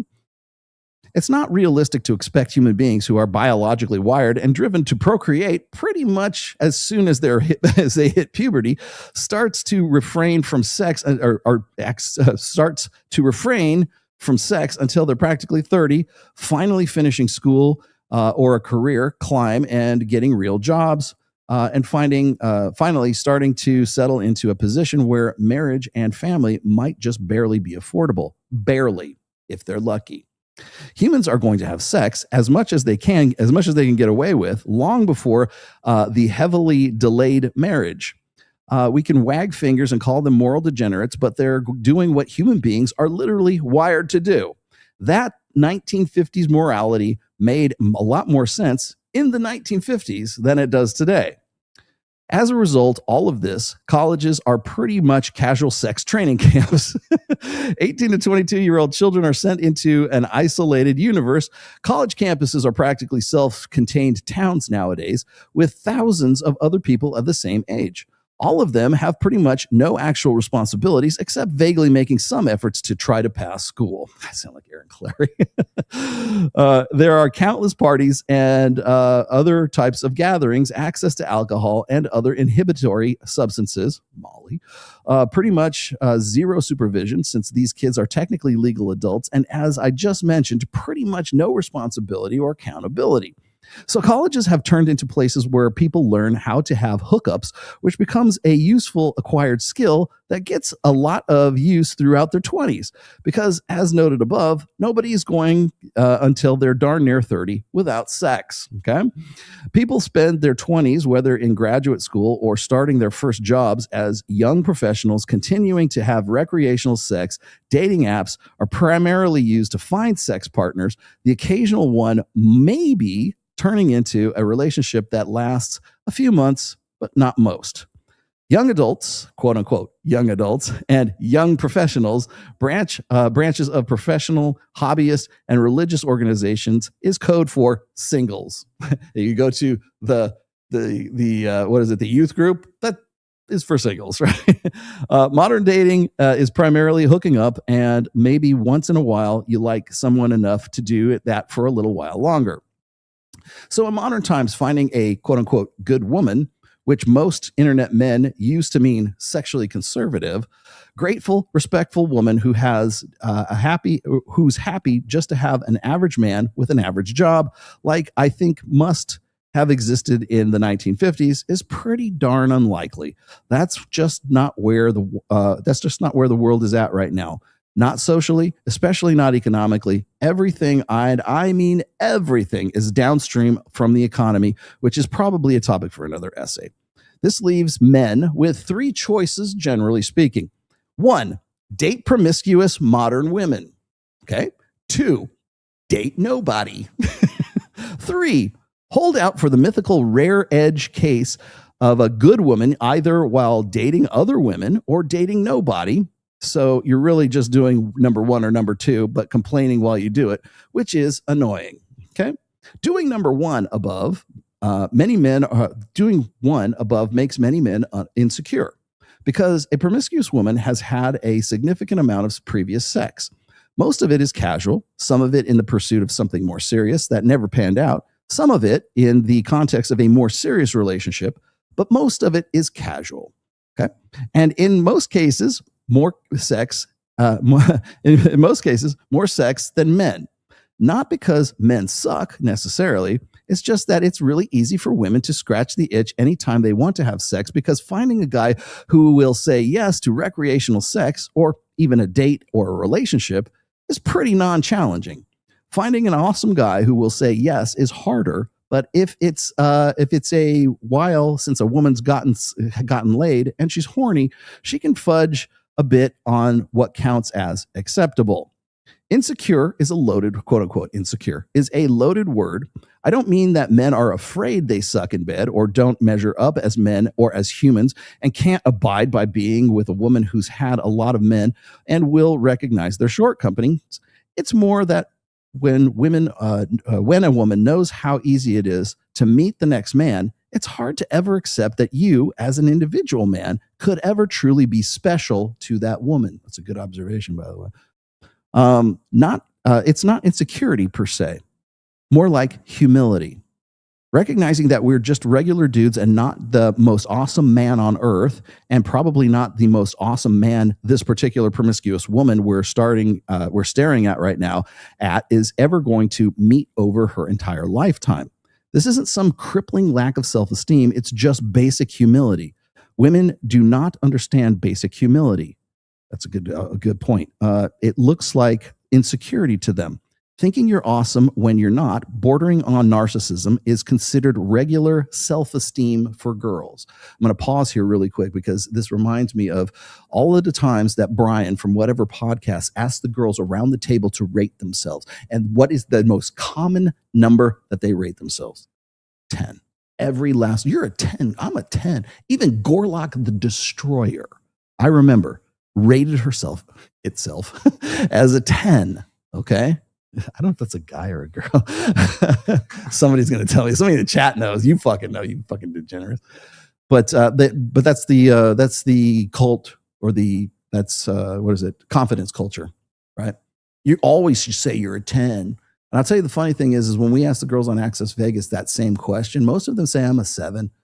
I'm a 7. I'm an 8, somewhere around there. Because I think the hotter you are and the more concentrated there is of hot women in your particular area, I think that makes you more, if not human, it's not humility so much, but it's certainly being more realistic. I can remember we have like whenever it's January, we have the same conversation, because January is when they do the tryouts for bottle girls and for like pool girls and stuff like that for Cirque and the rest of these places. And these girls are like, oh, I'm going to go try out. Me and Mike are like, just don't. Don't, because there is this very, very high bar that is set for the physical fitness of those chicks. They have to be the elite of the elite level, like hotness. Okay. So it's tough for us to go, you're probably wasting your time. Right. And the reason why we even hesitate is because we know that girl wants to feel like she's a 10, right? Look, babe, I think you're on any podcast, you are a fucking 8 or a 9. You go and try out for bottle girl at Tao Beach Club, you're not going to make it. They walk out. Yes. But I like that observation. Okay, let me continue. But we have the women, we have, not the women that we wish we had from the 1950s who didn't actually exist exactly, but that's a discussion for another day. So if you don't date the women you have, you date nobody. That's option number 2. Or hold out for some rare edge case good woman and hope you manage both to correctly identify her and win her over with your hard work, chaste respect, and honor, which is about as sexy as it sounds. The divorce rate is 50% for marriages. There are a lot of statistics and asterisks there. I'm not interested in deep diving into the nuances or the data. Let's just go with it. If we take society as a gigantic whole and ignore the nuances for now and spitball the very, very general odds, it's about 50%. This petrifies men, understandably so, because when a woman divorces you, she gets your children, your house, your children, 60% of your accumulated wealth, your children, and a huge recurring chunk of all future wealth you earn. And did I mention your children? In an effort to reduce this horrible outcome, internet men have come up with what they believe to be a solution. Vetting. Okay? The belief is that if men steadfastly refuse to date modern women on account of these women having had casual sex before and now knowing how easy it is to replace men and embrace hedonistic lives before or where their social urges are constantly met, and if these men vet for a perfect list of characteristics like women of a certain age, sexual history, certain family life and relationships with their parents, certain education level, certain friends, and so on, then this woman they carefully vet for over the course of many, many, many dates to ensure that she's not misleading them will be a good candidate or a good wife and not a bad promiscuous modern woman who has been ruined by exposure to casual sex. Also their odds of divorce go down like what? 40 to 45%. So there's your vetting right there. Those relationships don't typically pan out. Women are still women. Even when carefully vetted, women don't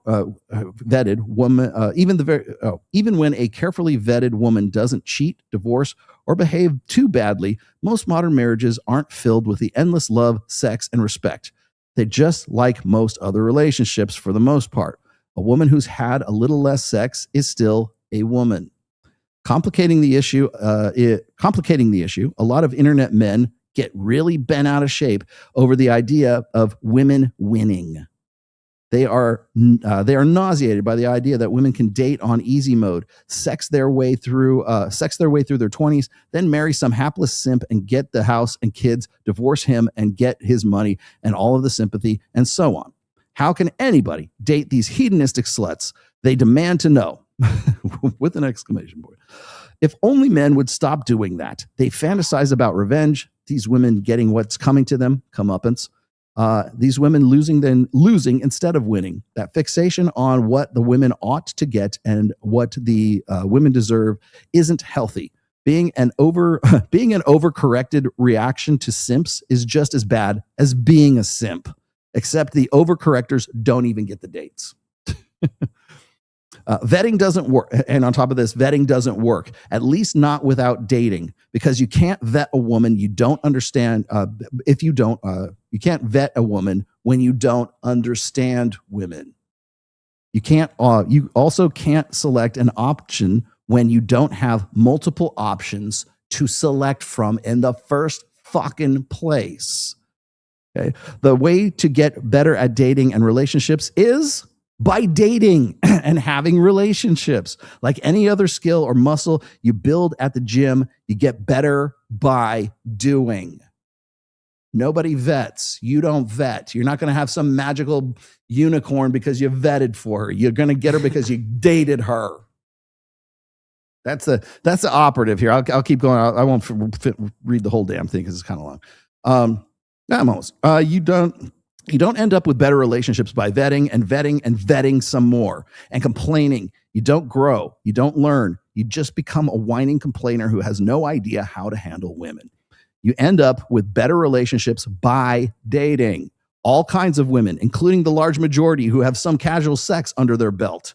You don't marry the first girl who says yes, of course, but you date her and the next one and the next one after that. You spend time with women. You have sex. You enjoy their company. You become the man who has opportunities to date half a dozen promiscuous girls at any given time and picks the best one or two. Not the guy who has no women interested in him, who declares that they're not good enough for him anyway because they're promiscuous. But one day, if he keeps working hard, he'll meet the good one. He won't. He won't. You learn how to handle women and relationships and relationship difficulties. The best solution to any relationship issue is, hands down, is having the opportunity to date someone else. When you have those opportunities, then having boundaries, being honest about what you want and what you like, and treating women like normal people comes naturally, because the woman you're staring at is just a woman, not your sole lifeline to an imagined idyllic future filled with love, sex, respect that no woman can actually give you. Remember when we talk about the red pill, as people say, you guys are misogynists. No, we're not. The red pill is not about hating women. The red pill exists so you won't hate women for what they cannot ever be to you. That's the point. You want to know why Anthony Bourdain is dead in the ground right now? Because he still believed, even after all his success, he had everything, all this fucking success. And you know what? He still believed that women could be to him what he wanted them to be. The fact of the matter is they were never going to be that to him, because what he wanted did not exist. Kill the beta, kill the blue pill before it kills you. Okay? That's funny because Archwing is great, but a lot of this stuff is like, he says it in a much more interesting way, I think, anyways, because I'm very analytical about this stuff. But spin more plates. Plate theory. There's the non-exclusivity right there.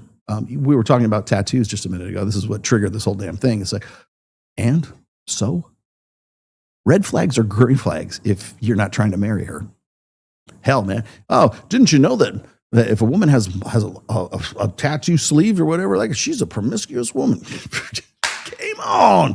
Let's go, man. You know how many women I saw with fucking sleeves and tats at the fucking bikini contest, the 2 bikini contests I've been to in the last couple of weeks? God, dude, we were at where was it at? Oh, it was at Sahara, at the pool at Sahara. And they were doing we did the preliminaries first. And I had a couple of my guys from Reignite were there. And it was so fucking hot, dude. It was like 100 and some odd degrees out there. And so everybody's huddled underneath the cabanas, because we had the whole back cabana part reserved. And all the girls are underneath the cabanas because it's in the shade. And then the misters are in the cabanas, right? So that's the only place where you can even get any kind of relief, because there's no air conditioning out there, right? So at one point I'm sitting there, we're trying to watch the girls walk, and all the other girls who haven't walked yet, they're still huddled under the gazebo or the cabanas, right? At one point I'm sitting there, and there have to be a dozen chicks in front of me. They're all in thongs. It's nothing but ass, and then boobs. And then I'm like, okay, when you first get there, you go, all right, that chick's hot. That's you're hit by the novelty of it. But when you have like a dozen of them and they're right there, and it's I'm like, I kind of feel like a physician, like, I got another ass. And I just want to like part the butt C so that I can get out and like watch the walk, right? And you almost get claustrophobic with all that shit and everything. And I've thought about that and I go, man, there was a time when I was in my 20s, I would have been like happy as a pig and shit if I was right there. I'm in my 50s right now. And I'm like, can you kind of move out of the way? I kind of have to judge this thing. It's funny when you get to, it's just like it becomes business at that point. But that's then I think about this later. That's the abundance mentality. That's the options mentality, right? You get kind of used to it and you're like, then at that point, when you have a dozen asses in front of you and some tits here, there, whatever, when you have this, then you can go, that one stands out amongst the crowd, right? But if you don't have that experience, if that's not something you have on a regular basis, it's like, and then you see this one good looking girl who might be in Vegas, she might be a 6 or a 7, but in Butte, Montana, in Paducah, Kentucky, that chick's a fucking 10. And then, but that's where, because you don't have a frame of reference. You don't have the options. You don't have the localized game. It's a local. Yeah. It's what Tom Likas used to say this. He would say a woman he would rate women on a 1 to 10 scale, but then he would have to like adjust for region. Exactly. Like, so a chick who's a 10 in Butte, Montana turns into like a 7 in Miami, right? Because the competition is stiffer there. And if you're a 10 in Butte, Montana, you don't stay in Butte, Montana. You go where you fish where the fish are, right? So if you're a hot, like that's a funny thing about Fresh and Fit is everybody thinks that they're all just these random club whores that they scoop up off the street in Brickell or something like that. No, they come from like every state in the union because the hottest chicks still go, they flock to Miami because it's like a magnet, right? So no, they're not all from Miami. Actually, if anything, they're from somewhere else, right? Let me finish up here. Let's see. And most importantly, you learn that all women are women, even the most promiscuous ones.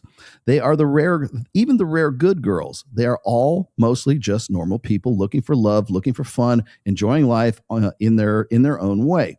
Those promiscuous women aren't some kind of weird, degenerate, soul-stealing, hedonistic aliens. They're just regular girls who've had sex before. And those rare good girls aren't June Cleaver from a TV show parody, but what the 1950s weren't actually like. They're just regular girls who've had sex, but usually more than you think. Date the sluts, gentlemen. They don't bite. Well, sometimes. Anyways, I thought that was a really good write-up, and people are going to just run me up the flag. So go ahead, run me up the flagpole right now. The fact of the matter is I'm going to tell you guys what I think that you guys need to hear this because I needed to tell this to my guys in Reignite. I was kind of noticing a pattern here, and I'll talk to if you want to join Reignite, by the way, if you join Reignite, my group, we have a school group. I'm been getting more active in it, but we have a pretty active school group, SKOOL. And then we do once every Thursday at 4:00. I do a Zoom call, and it's only supposed to be for an hour, but you know me, so I talk. So it's usually about 90 minutes, maybe a little more, depending. And that's, I think, is probably one of the more popular aspects of it. And then we have a lot of other things that go on too, but you can get the details from reignitealpha.com. But I noticed this. One of the most consistent messages I have to tell my guys is go out and date.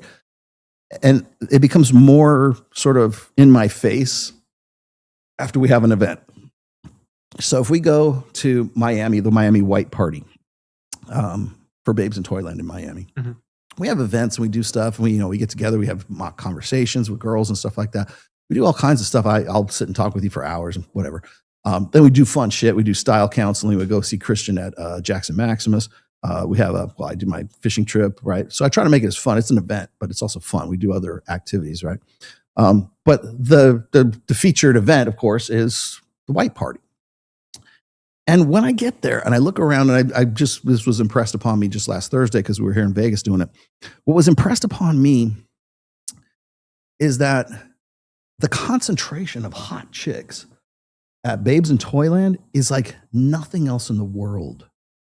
At least nothing else in the United States, right? I mean, in Vegas, it's the Olympics. I mean, there's a lot of hot women here. You go to a club, you go to Hakkasan, you go to Omnia, you go to Tao, you go wherever. Zook. You go to any of these clubs, and you're going to find hot women are going to be there. You go to any of the pools, they might be paid to be there, but you're still going to see hot chicks. That's one of the reasons they do that, right? Because they want you to keep coming back. Hey, the hot chicks are at Cirque, right? But that's the thing is, I don't want guys to go, well, I'm not going to go out. I'm not going to bother going out to my local club in Seattle because there's no the chicks don't even compare to the girls that I saw in Vegas or in Miami or wherever you are, or LA.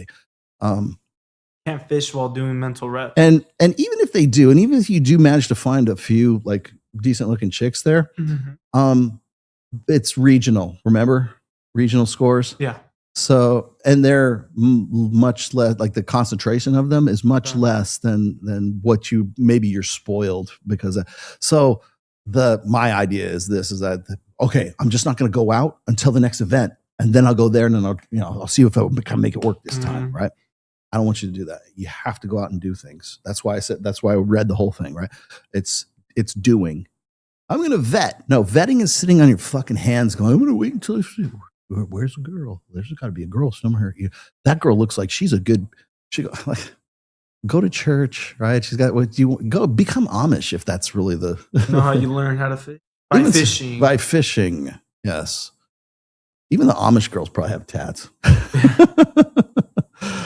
Oh boy, man! People are still impressed with my head. Thank you. I've never seen Rollo's head in all caps. I've never seen Rollo's head. Isn't that what it is? Cap Lock Hustler. Yes.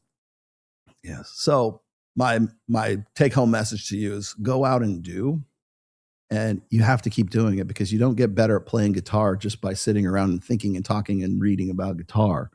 You get good by going and playing guitar. Do you have to learn the rules? Yes. Do you have to learn scales and chords and everything and then get creative with it? Yes, you do, but you still have to woodshed.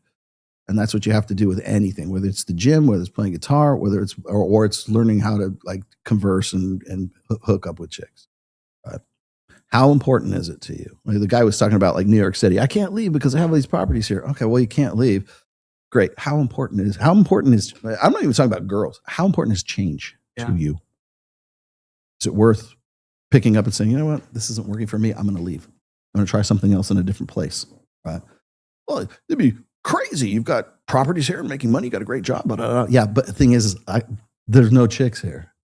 There's nothing I want, but besides the job, which is fantastic. If you were able to be a digital nomad, which I've known several in my lifetime, they don't even stay in the United States. They go to like Bali or they go to Southeast Asia or something like that. Maybe they become passport bros, but a lot of the guys who are expats aren't passport bros. They just like, Costa Rica better than the United States, right? It's cheaper. Fuck, you can move to Puerto Rico and live way cheaper there, and you're still a U.S. citizen. But how much is it worth? How much is change worth it to you? If it's about chicks, then how much is it worth you to move to a place where the chicks are? How much is it worth to you to? And you don't like people go, oh, the chicks here in the United States suck, Rollo. Okay, move.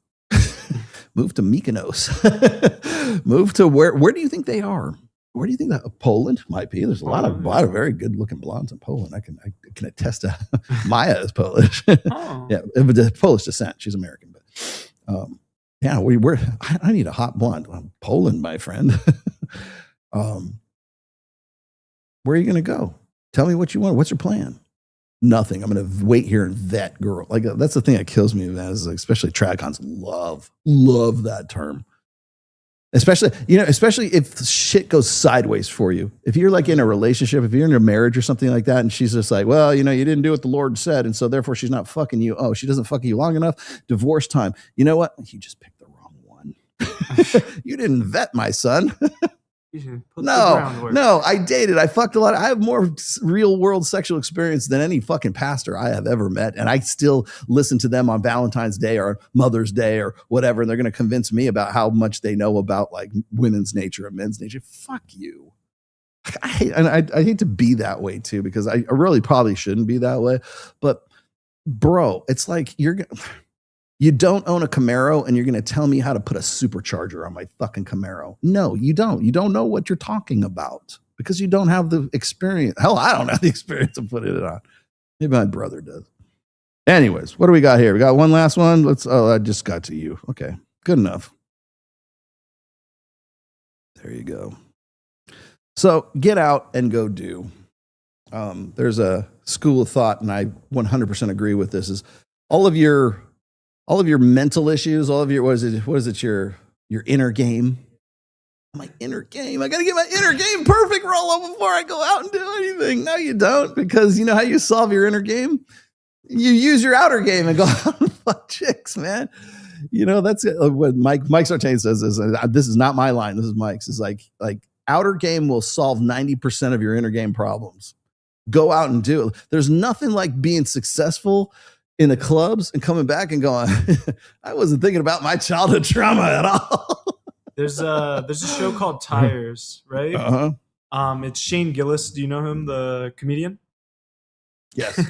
3 chords. So I know way more than 3 chords. So season 3 just came out, and there's a scene where he has a traumatic experience where he sees somebody die in front of him, and he kind of sees himself in that. So every time he hears a loud bang or anything, he gets flashbacks to seeing the guy drop. And he's fucking this chick's like fucking banging him, and all of a sudden she keeps fucking him harder. All of a sudden she's like, wait, you fucked it out of me. What the fuck? And that's the whole thing. And he just used her. Oh, right? yeah, just that's to all it fuck her was. out. All it was That's all it was. Yeah, the sex is all. Well, I mean, I'm going to quote Ryan Stone. I always attribute quotes. Okay, was it Black Pill Doomers are one blowjob away from being red pill? There's hope in yeah, it. pretty much. I'm also of the opinion, we guys need to stop fucking being so goddamn emotional all the time. That vetting stuff, that you got to find the right girl. That's all coming from like your emotional anxieties and shit like that. So you could theoretically make a link to approach anxiety in that sense. Oh, she's good. If she's perfect, she'll love me for me and find me no matter what. Mental boundaries. Like, what fucking romance novels are you listening or reading, dude? For Christ's sake, man. And I can't even believe I'm still having these kinds of conversations or like having to deal with like these problems today, because this shit was going on in 2006. Same stuff. Archer Winger is a fantastic writer, by the way. He's very entertaining, very funny in his delivery. I think he's great at that, But the concepts are stuff I talked about in the rational. Spin more plates, date non-exclusively, get out there and fucking do it. Was it something in intent? I can't remember the name of the title of this post. But it's the concepts don't change. The delivery might, the context might, but the symptoms and the whole diagnosis doesn't change. Get out and go do. Well, we talk about like being happy, right? Now, I usually give you the happiness speech when I hear somebody go, "Oh man, married men are more happy than 65% of the." Get the fuck out of here with the happiness stats. Anybody telling you they're trying to have proof of concept with like telling you like, "Oh, these people are more happy if they do." They don't know what happiness is, because human condition is based on discontent. God forbid I'm fucking happy. I'm happy all the time. If I look like I'm happy all the time, I'm probably on drugs. I'm probably on fucking heroin, right? And I understand why drugs are popular, because they are an artificial form of happiness that give you the same dopamine rush and the same chemical, cocktail that you would feel if you actually went out and did something. Fucking, you got under a hot piece of ass, man. That's why they chase the dragon, man. I don't know, Rolo. Chasing the dragon, man. That's like Rolo chases pussy all the time. I'd rather chase pussy than heroin. Yeah. But anyways, but the happiness thing is like, whenever I hear if you want to be happy, you don't be happy. You do the things that make you feel the emotion of happiness. Sometimes that's good. Sometimes it's bad. So it could be something that's bad, right? I remember this one. This just jumped in my brain. I used to play in this band back in 1990. It was an alternative band. We were definitely a metal band, but it was almost like a goth band at that time. And the first time I ever met a real live heroin addict, the guy who was the drummer, Maury, God, I hope he's still alive. He was a great dude. Yeah. One time, because he would shoot the line, man, and I can remember one time, and we were having this conversation. And we was talking about like sin. Mhm. He goes, "Sin makes me happy." I'm like, fuck, that's kind of profound. You think about that, right? Yeah, I'm sure it's still bad. It's still like, it's a destructive way of experiencing happiness, but it still does make you happy. Like, it's certainly in the moment it makes you happy, right? And I'm like, well, that's because you're doing it. It's the doing of what's going on right there. I mean, ultimately you're going to die from the drugs, right? But I'm sure Lane Staley was happy right up until he OD'd, probably, and when he OD'd, right? But he's still dead. So there's destructive ways to deal with discontent, and there's creative ways to deal with discontent. But both of them are doing something. If you're fucking something up and destroying something, you're still doing it. If you're creating something, hopefully you're doing something constructive and creative and something you could profit by, and it's good for you in the long term. That's great, but you're doing something to deal with that discontent, right? You will never be happy. You can do the things that will make you happy. Because happiness is an emotion, it's a emotive state. And usually those things deal with two things: survival and fucking and reproducing, right? Those are the two things that will make you feel certain emotions, right? Or there's a purpose for them, anyways, those emotions. So as far as like the happiness kind of thing is just like, I always couch it in terms of chicks, but it can be anything. It can be your hobbies. It could be doing this. I enjoyed working with you and doing all this stuff right here. I wouldn't do it if I didn't. God knows it ain't the money. All right, let's get out of here. So let's see. Access Vegas is going to be on Wednesday. Do we have supers? We got 3 supers. Jeez, in that time. All right, here we go. Hey Rolo, I'm considered generally unattractive by women. Okay. Is it okay for me to be apathetic towards women and or their problems? No. Why would you consider their problems at all? Especially if I'm unattractive. Okay. So first of all, like, why would that even be a thought in your head? And the second of all, why are you not trying to make yourself attractive? Go do. Would you like me to would you like advice on how to change your state? Go to the fucking gym. I don't know. Maybe you're super fat. I don't know. I'm generally unattractive. Well, how so? I'm only 5'9". He actually said that a little bit earlier. He said he committed the mortal sin of being 5'6". 5'6". Okay, there it is. Well, you know how tall Jake Cope is? Yeah. Jake Cope fucks. Jake, this is for you. Jake Cope fucks. Okay, that's the clip. Jake Cope fucks. Okay, and Jake Cope is like 5'7", I think. Yeah, he's like 5'7". 5'7", man. I have never seen it. And let me tell you something. When I first, I could not explain it. I can now, kind of. But that dude poached chicks off of fucking Access. He was like, I'll Access Vegas, I'll be there. No, what do you need me to do? Do you want me to pay you? No, I'll be here. I'll be there. Jake Cope fucks, and he's 5'7". So what's your problem? Right. Well, Jake Cope is also a rock band drummer too, so that might have something to do with it. But it's that, dude, I know guys who are 5'4" that fuck, man. It's not insurmountable. I mean, unless you're like, this tall. Are you a halfling? Are you a gnome? It's a hobbit. I'm a hobbit. How hairy are your feet? Yeah, God. It's funny as I was talking to Monica Almager, and she was talking about like personal hygiene, and I'm so sick of listening to that as a cope for stuff like, if your wife's not fucking you, it's probably because you stink. Yeah, that's right. Yeah, have you taken a shower lately? That is such a dodge, man. That is such a fucking dodge. Like, Monica, my wife and I'm in a sexless marriage. What do I do? Well, do you stink? I've been in a sexless marriage for 25 years. Have you stunk for 25 years? Yeah. What? Stop it with the hygiene shit. Can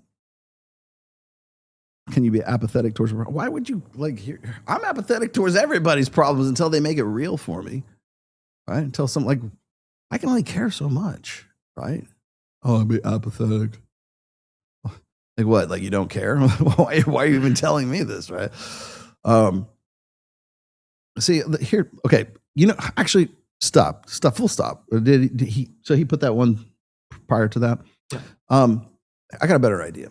Go read the 48 Laws of Power by Robert Greene.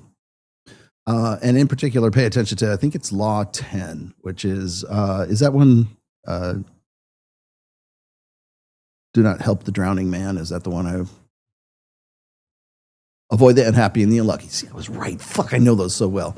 Yes. Okay. Infection, avoid the unhappy and the unlucky. Okay. People who have misfortune often draw upon themselves and they will draw it upon you too. Beware of trying to save the drowning man because he will pull you down with him. Okay. So if you're going to be apathetic about anything, then fucking stop being apathetic. Start doing. Stop being a loser and start being awesome. That's my advice to you, right? Stop being a loser and start being awesome. Read the 48 Laws of Power. Okay. Start figuring things like start thinking about things in a different way. Break out of your fucking habits. If you have sedations, then it's time to dump those sedations. First of all, I can't even help you until it's you like do so that. cheesy to say, but it's like be who you want to be. It's like you got to do something. Go do some shit, man. Change, like that's the thing. Is like, how bad do you want to change? Do you want it bad enough that you will leave the job you're in and move to a different city to do so on your own volition, not because you're forced to? Will you just do it on your own choice? No, I got a really good job here, Rollo. Then fuck, you don't want to change. My family's here. You don't want to change. Yeah. Rollo, being happy is like Rhinestone being nice. You don't think Rhinestone's nice? I think he's nice. I'm the biggest asshole on the fucking on Twitter. So, how can a man express his emotions without sounding like a pussy, a simp? Some of us compartmentalize too often. I'm going to show you something here. Glad you brought that up. I got to here at the end. I'm going to. I had to see this. Now you do too.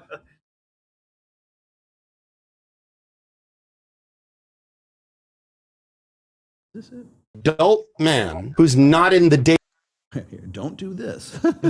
Don't do scent of a woman when you don't need to. Let's see. I know it's on the desktop. Oh, here it is.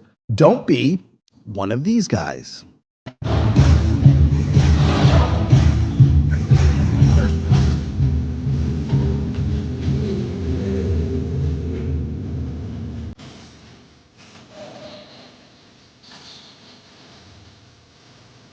Okay, I'm going to get a copyright strike, but that's at the end, so that's okay. Don't be one of those guys. That's not my men's group. That's healthy masculinity. They're expressing their emotions, Rollo. What the fuck is this?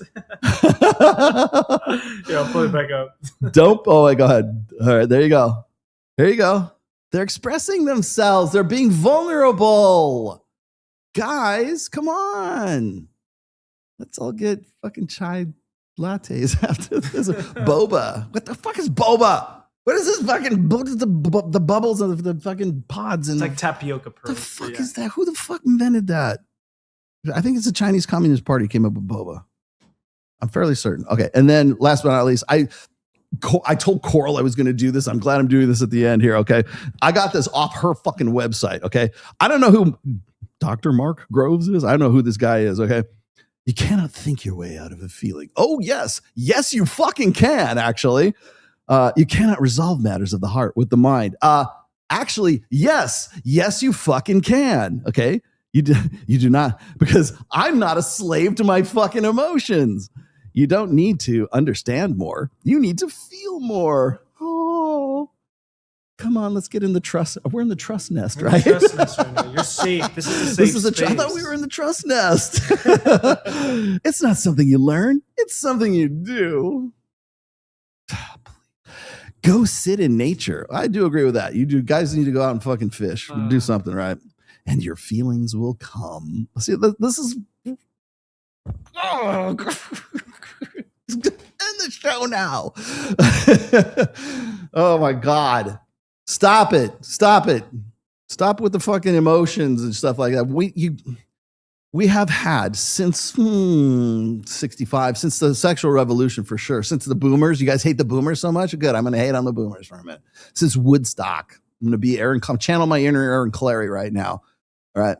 We have prioritized emotions to this godlike status. Okay. Emotions are never wrong. Get the fuck out of here. The reason where we're at right now is because all we do is prioritize emotions. You can't think your way out of emotion. Yes, actually, you fucking can. You can do so. I'm going to tell you this. I can change your emotive state with Tren. Yeah. I can change your emotive state with tequila. I can change your emotive state by cutting you off in fucking traffic. I can change your emotions are easy pickings for a guy who has the brain power to leverage your bullshit. You want to know why you buy a used car or you believe that Candace Owens is fucking right? It's because it's emotions, you dumb fuck. That's why. Stop it. You know how I Stop it with the fucking emotions. Jesus. You know how you deal with emotions? Hmm. Cause and effect. Just think your way out of it. Yes. That's how it is. You can.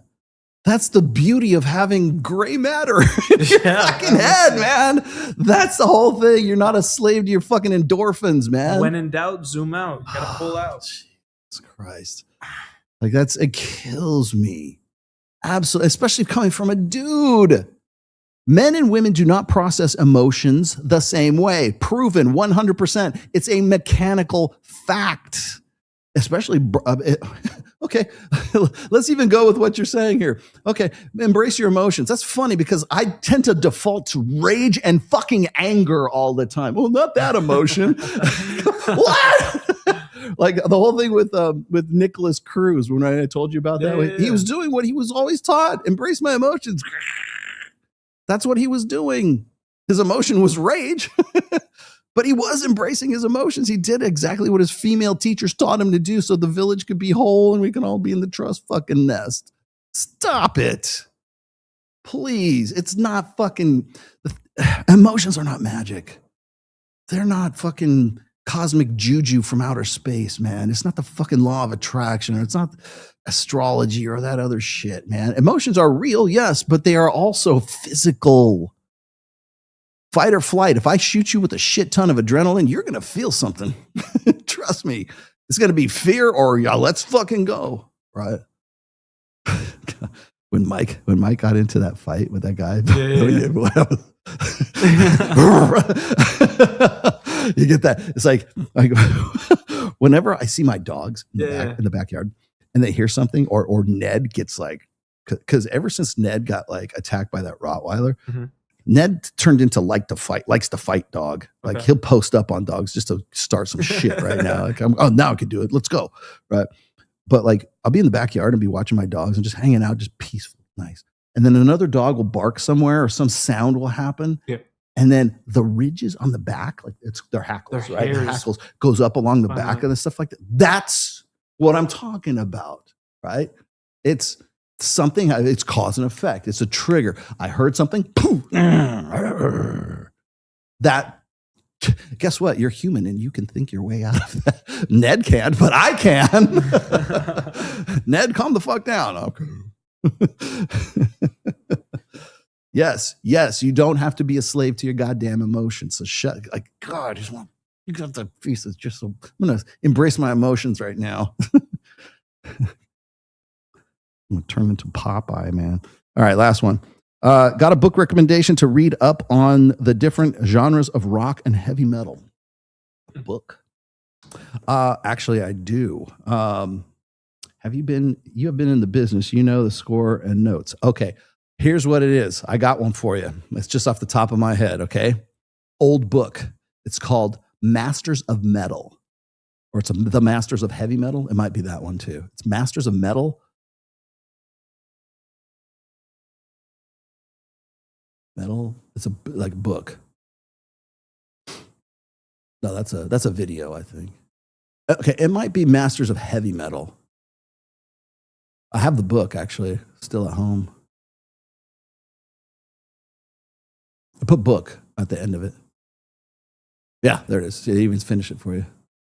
1984. Josh Yes, Solbrick. there it is. Okay. Masters of Heavy Metal. It's a classic 1984 nonfiction book edited by Jas Obrecht, compiled from Guitar Player magazine. And it basically outlines a lot of the styles, but also the guitarists that were influential in those styles. There it is right there. The one with the Eddie on it. That one. I'll pull it up. Yeah, put that one up. Here's your book, dude. You ask and ye shall receive. There it is. The Masters, that one right there. Yeah, that one. Boom. That's it. That's your book right there. Look that up. You can probably find it on eBay. I don't think it's like super collectible or anything like that. That I still have that book. That's how important that book was to me from like 1984. I probably bought it new in 1984. There's your book right there, baby.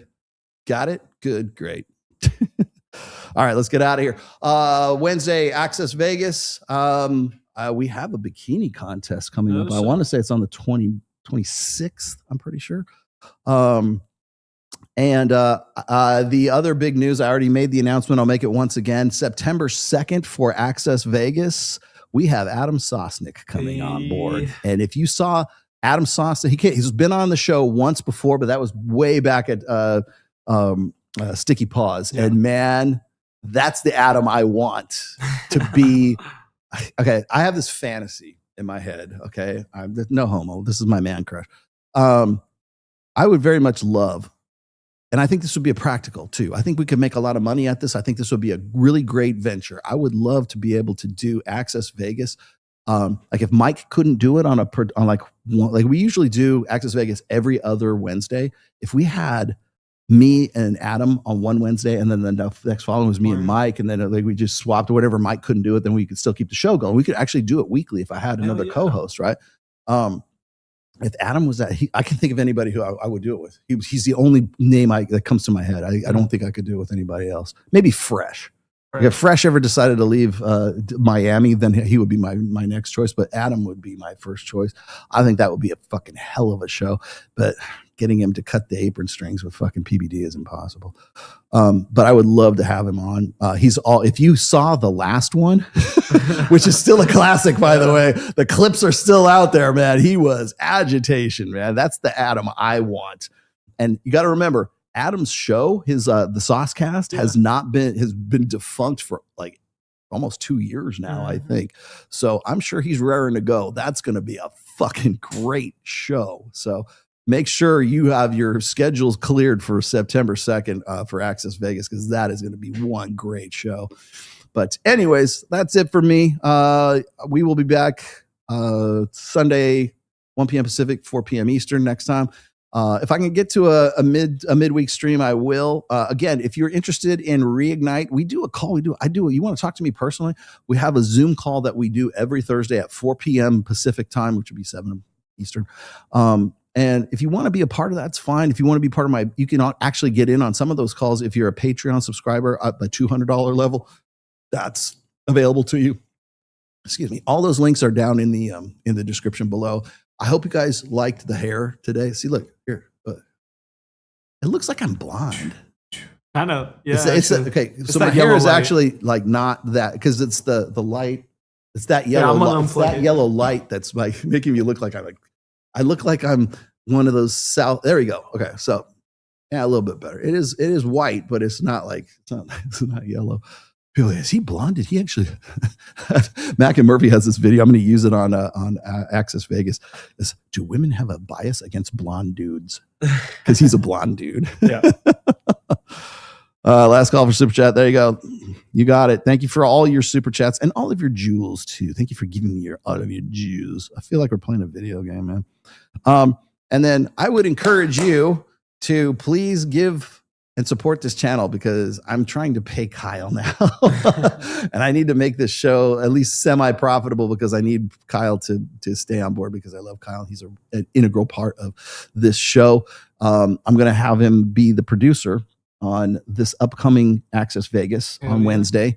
And then if that works out, then you'll be there for Sosnick on September 2nd. And so I'm going to try to I'm going to try to up Kyle's position in as many ways as I possibly can.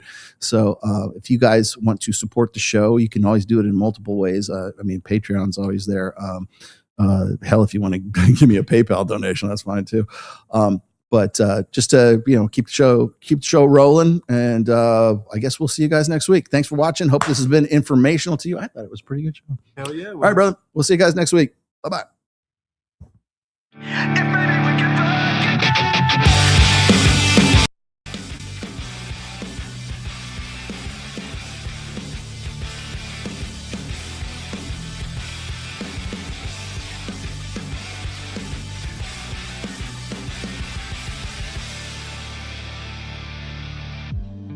Would you do it again?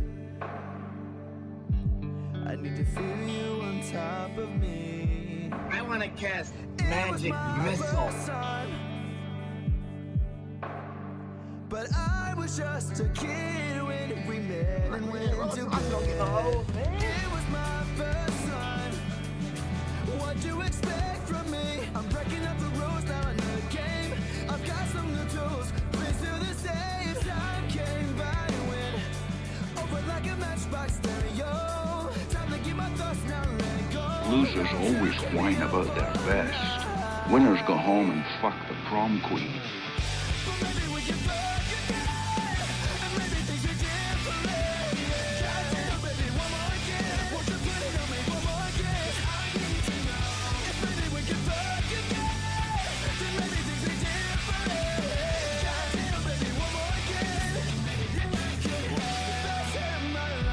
What are you gonna do about it? I'll suck his dick.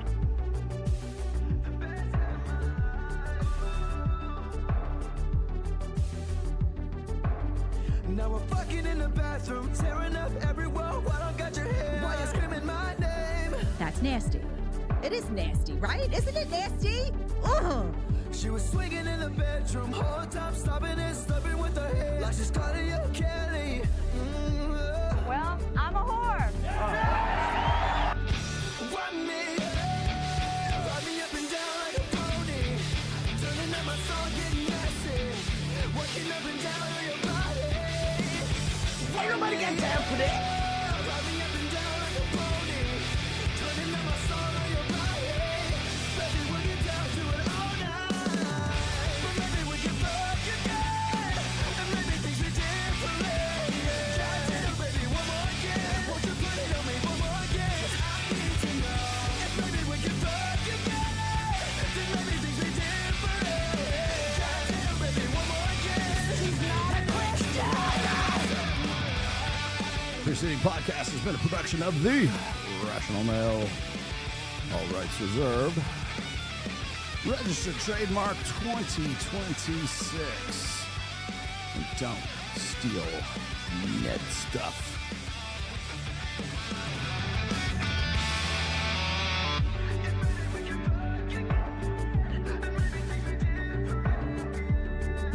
Tell these bitches to go to hell.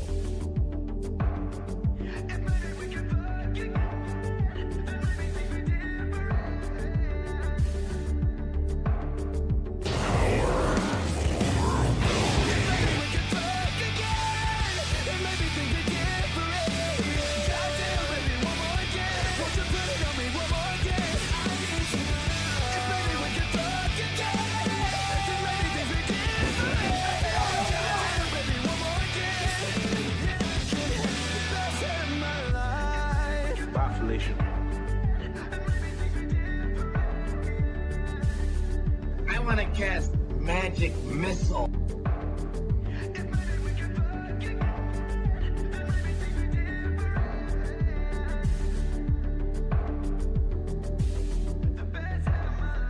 We say to give a woman vote is like to let a monkey fly a plane. Very dangerous.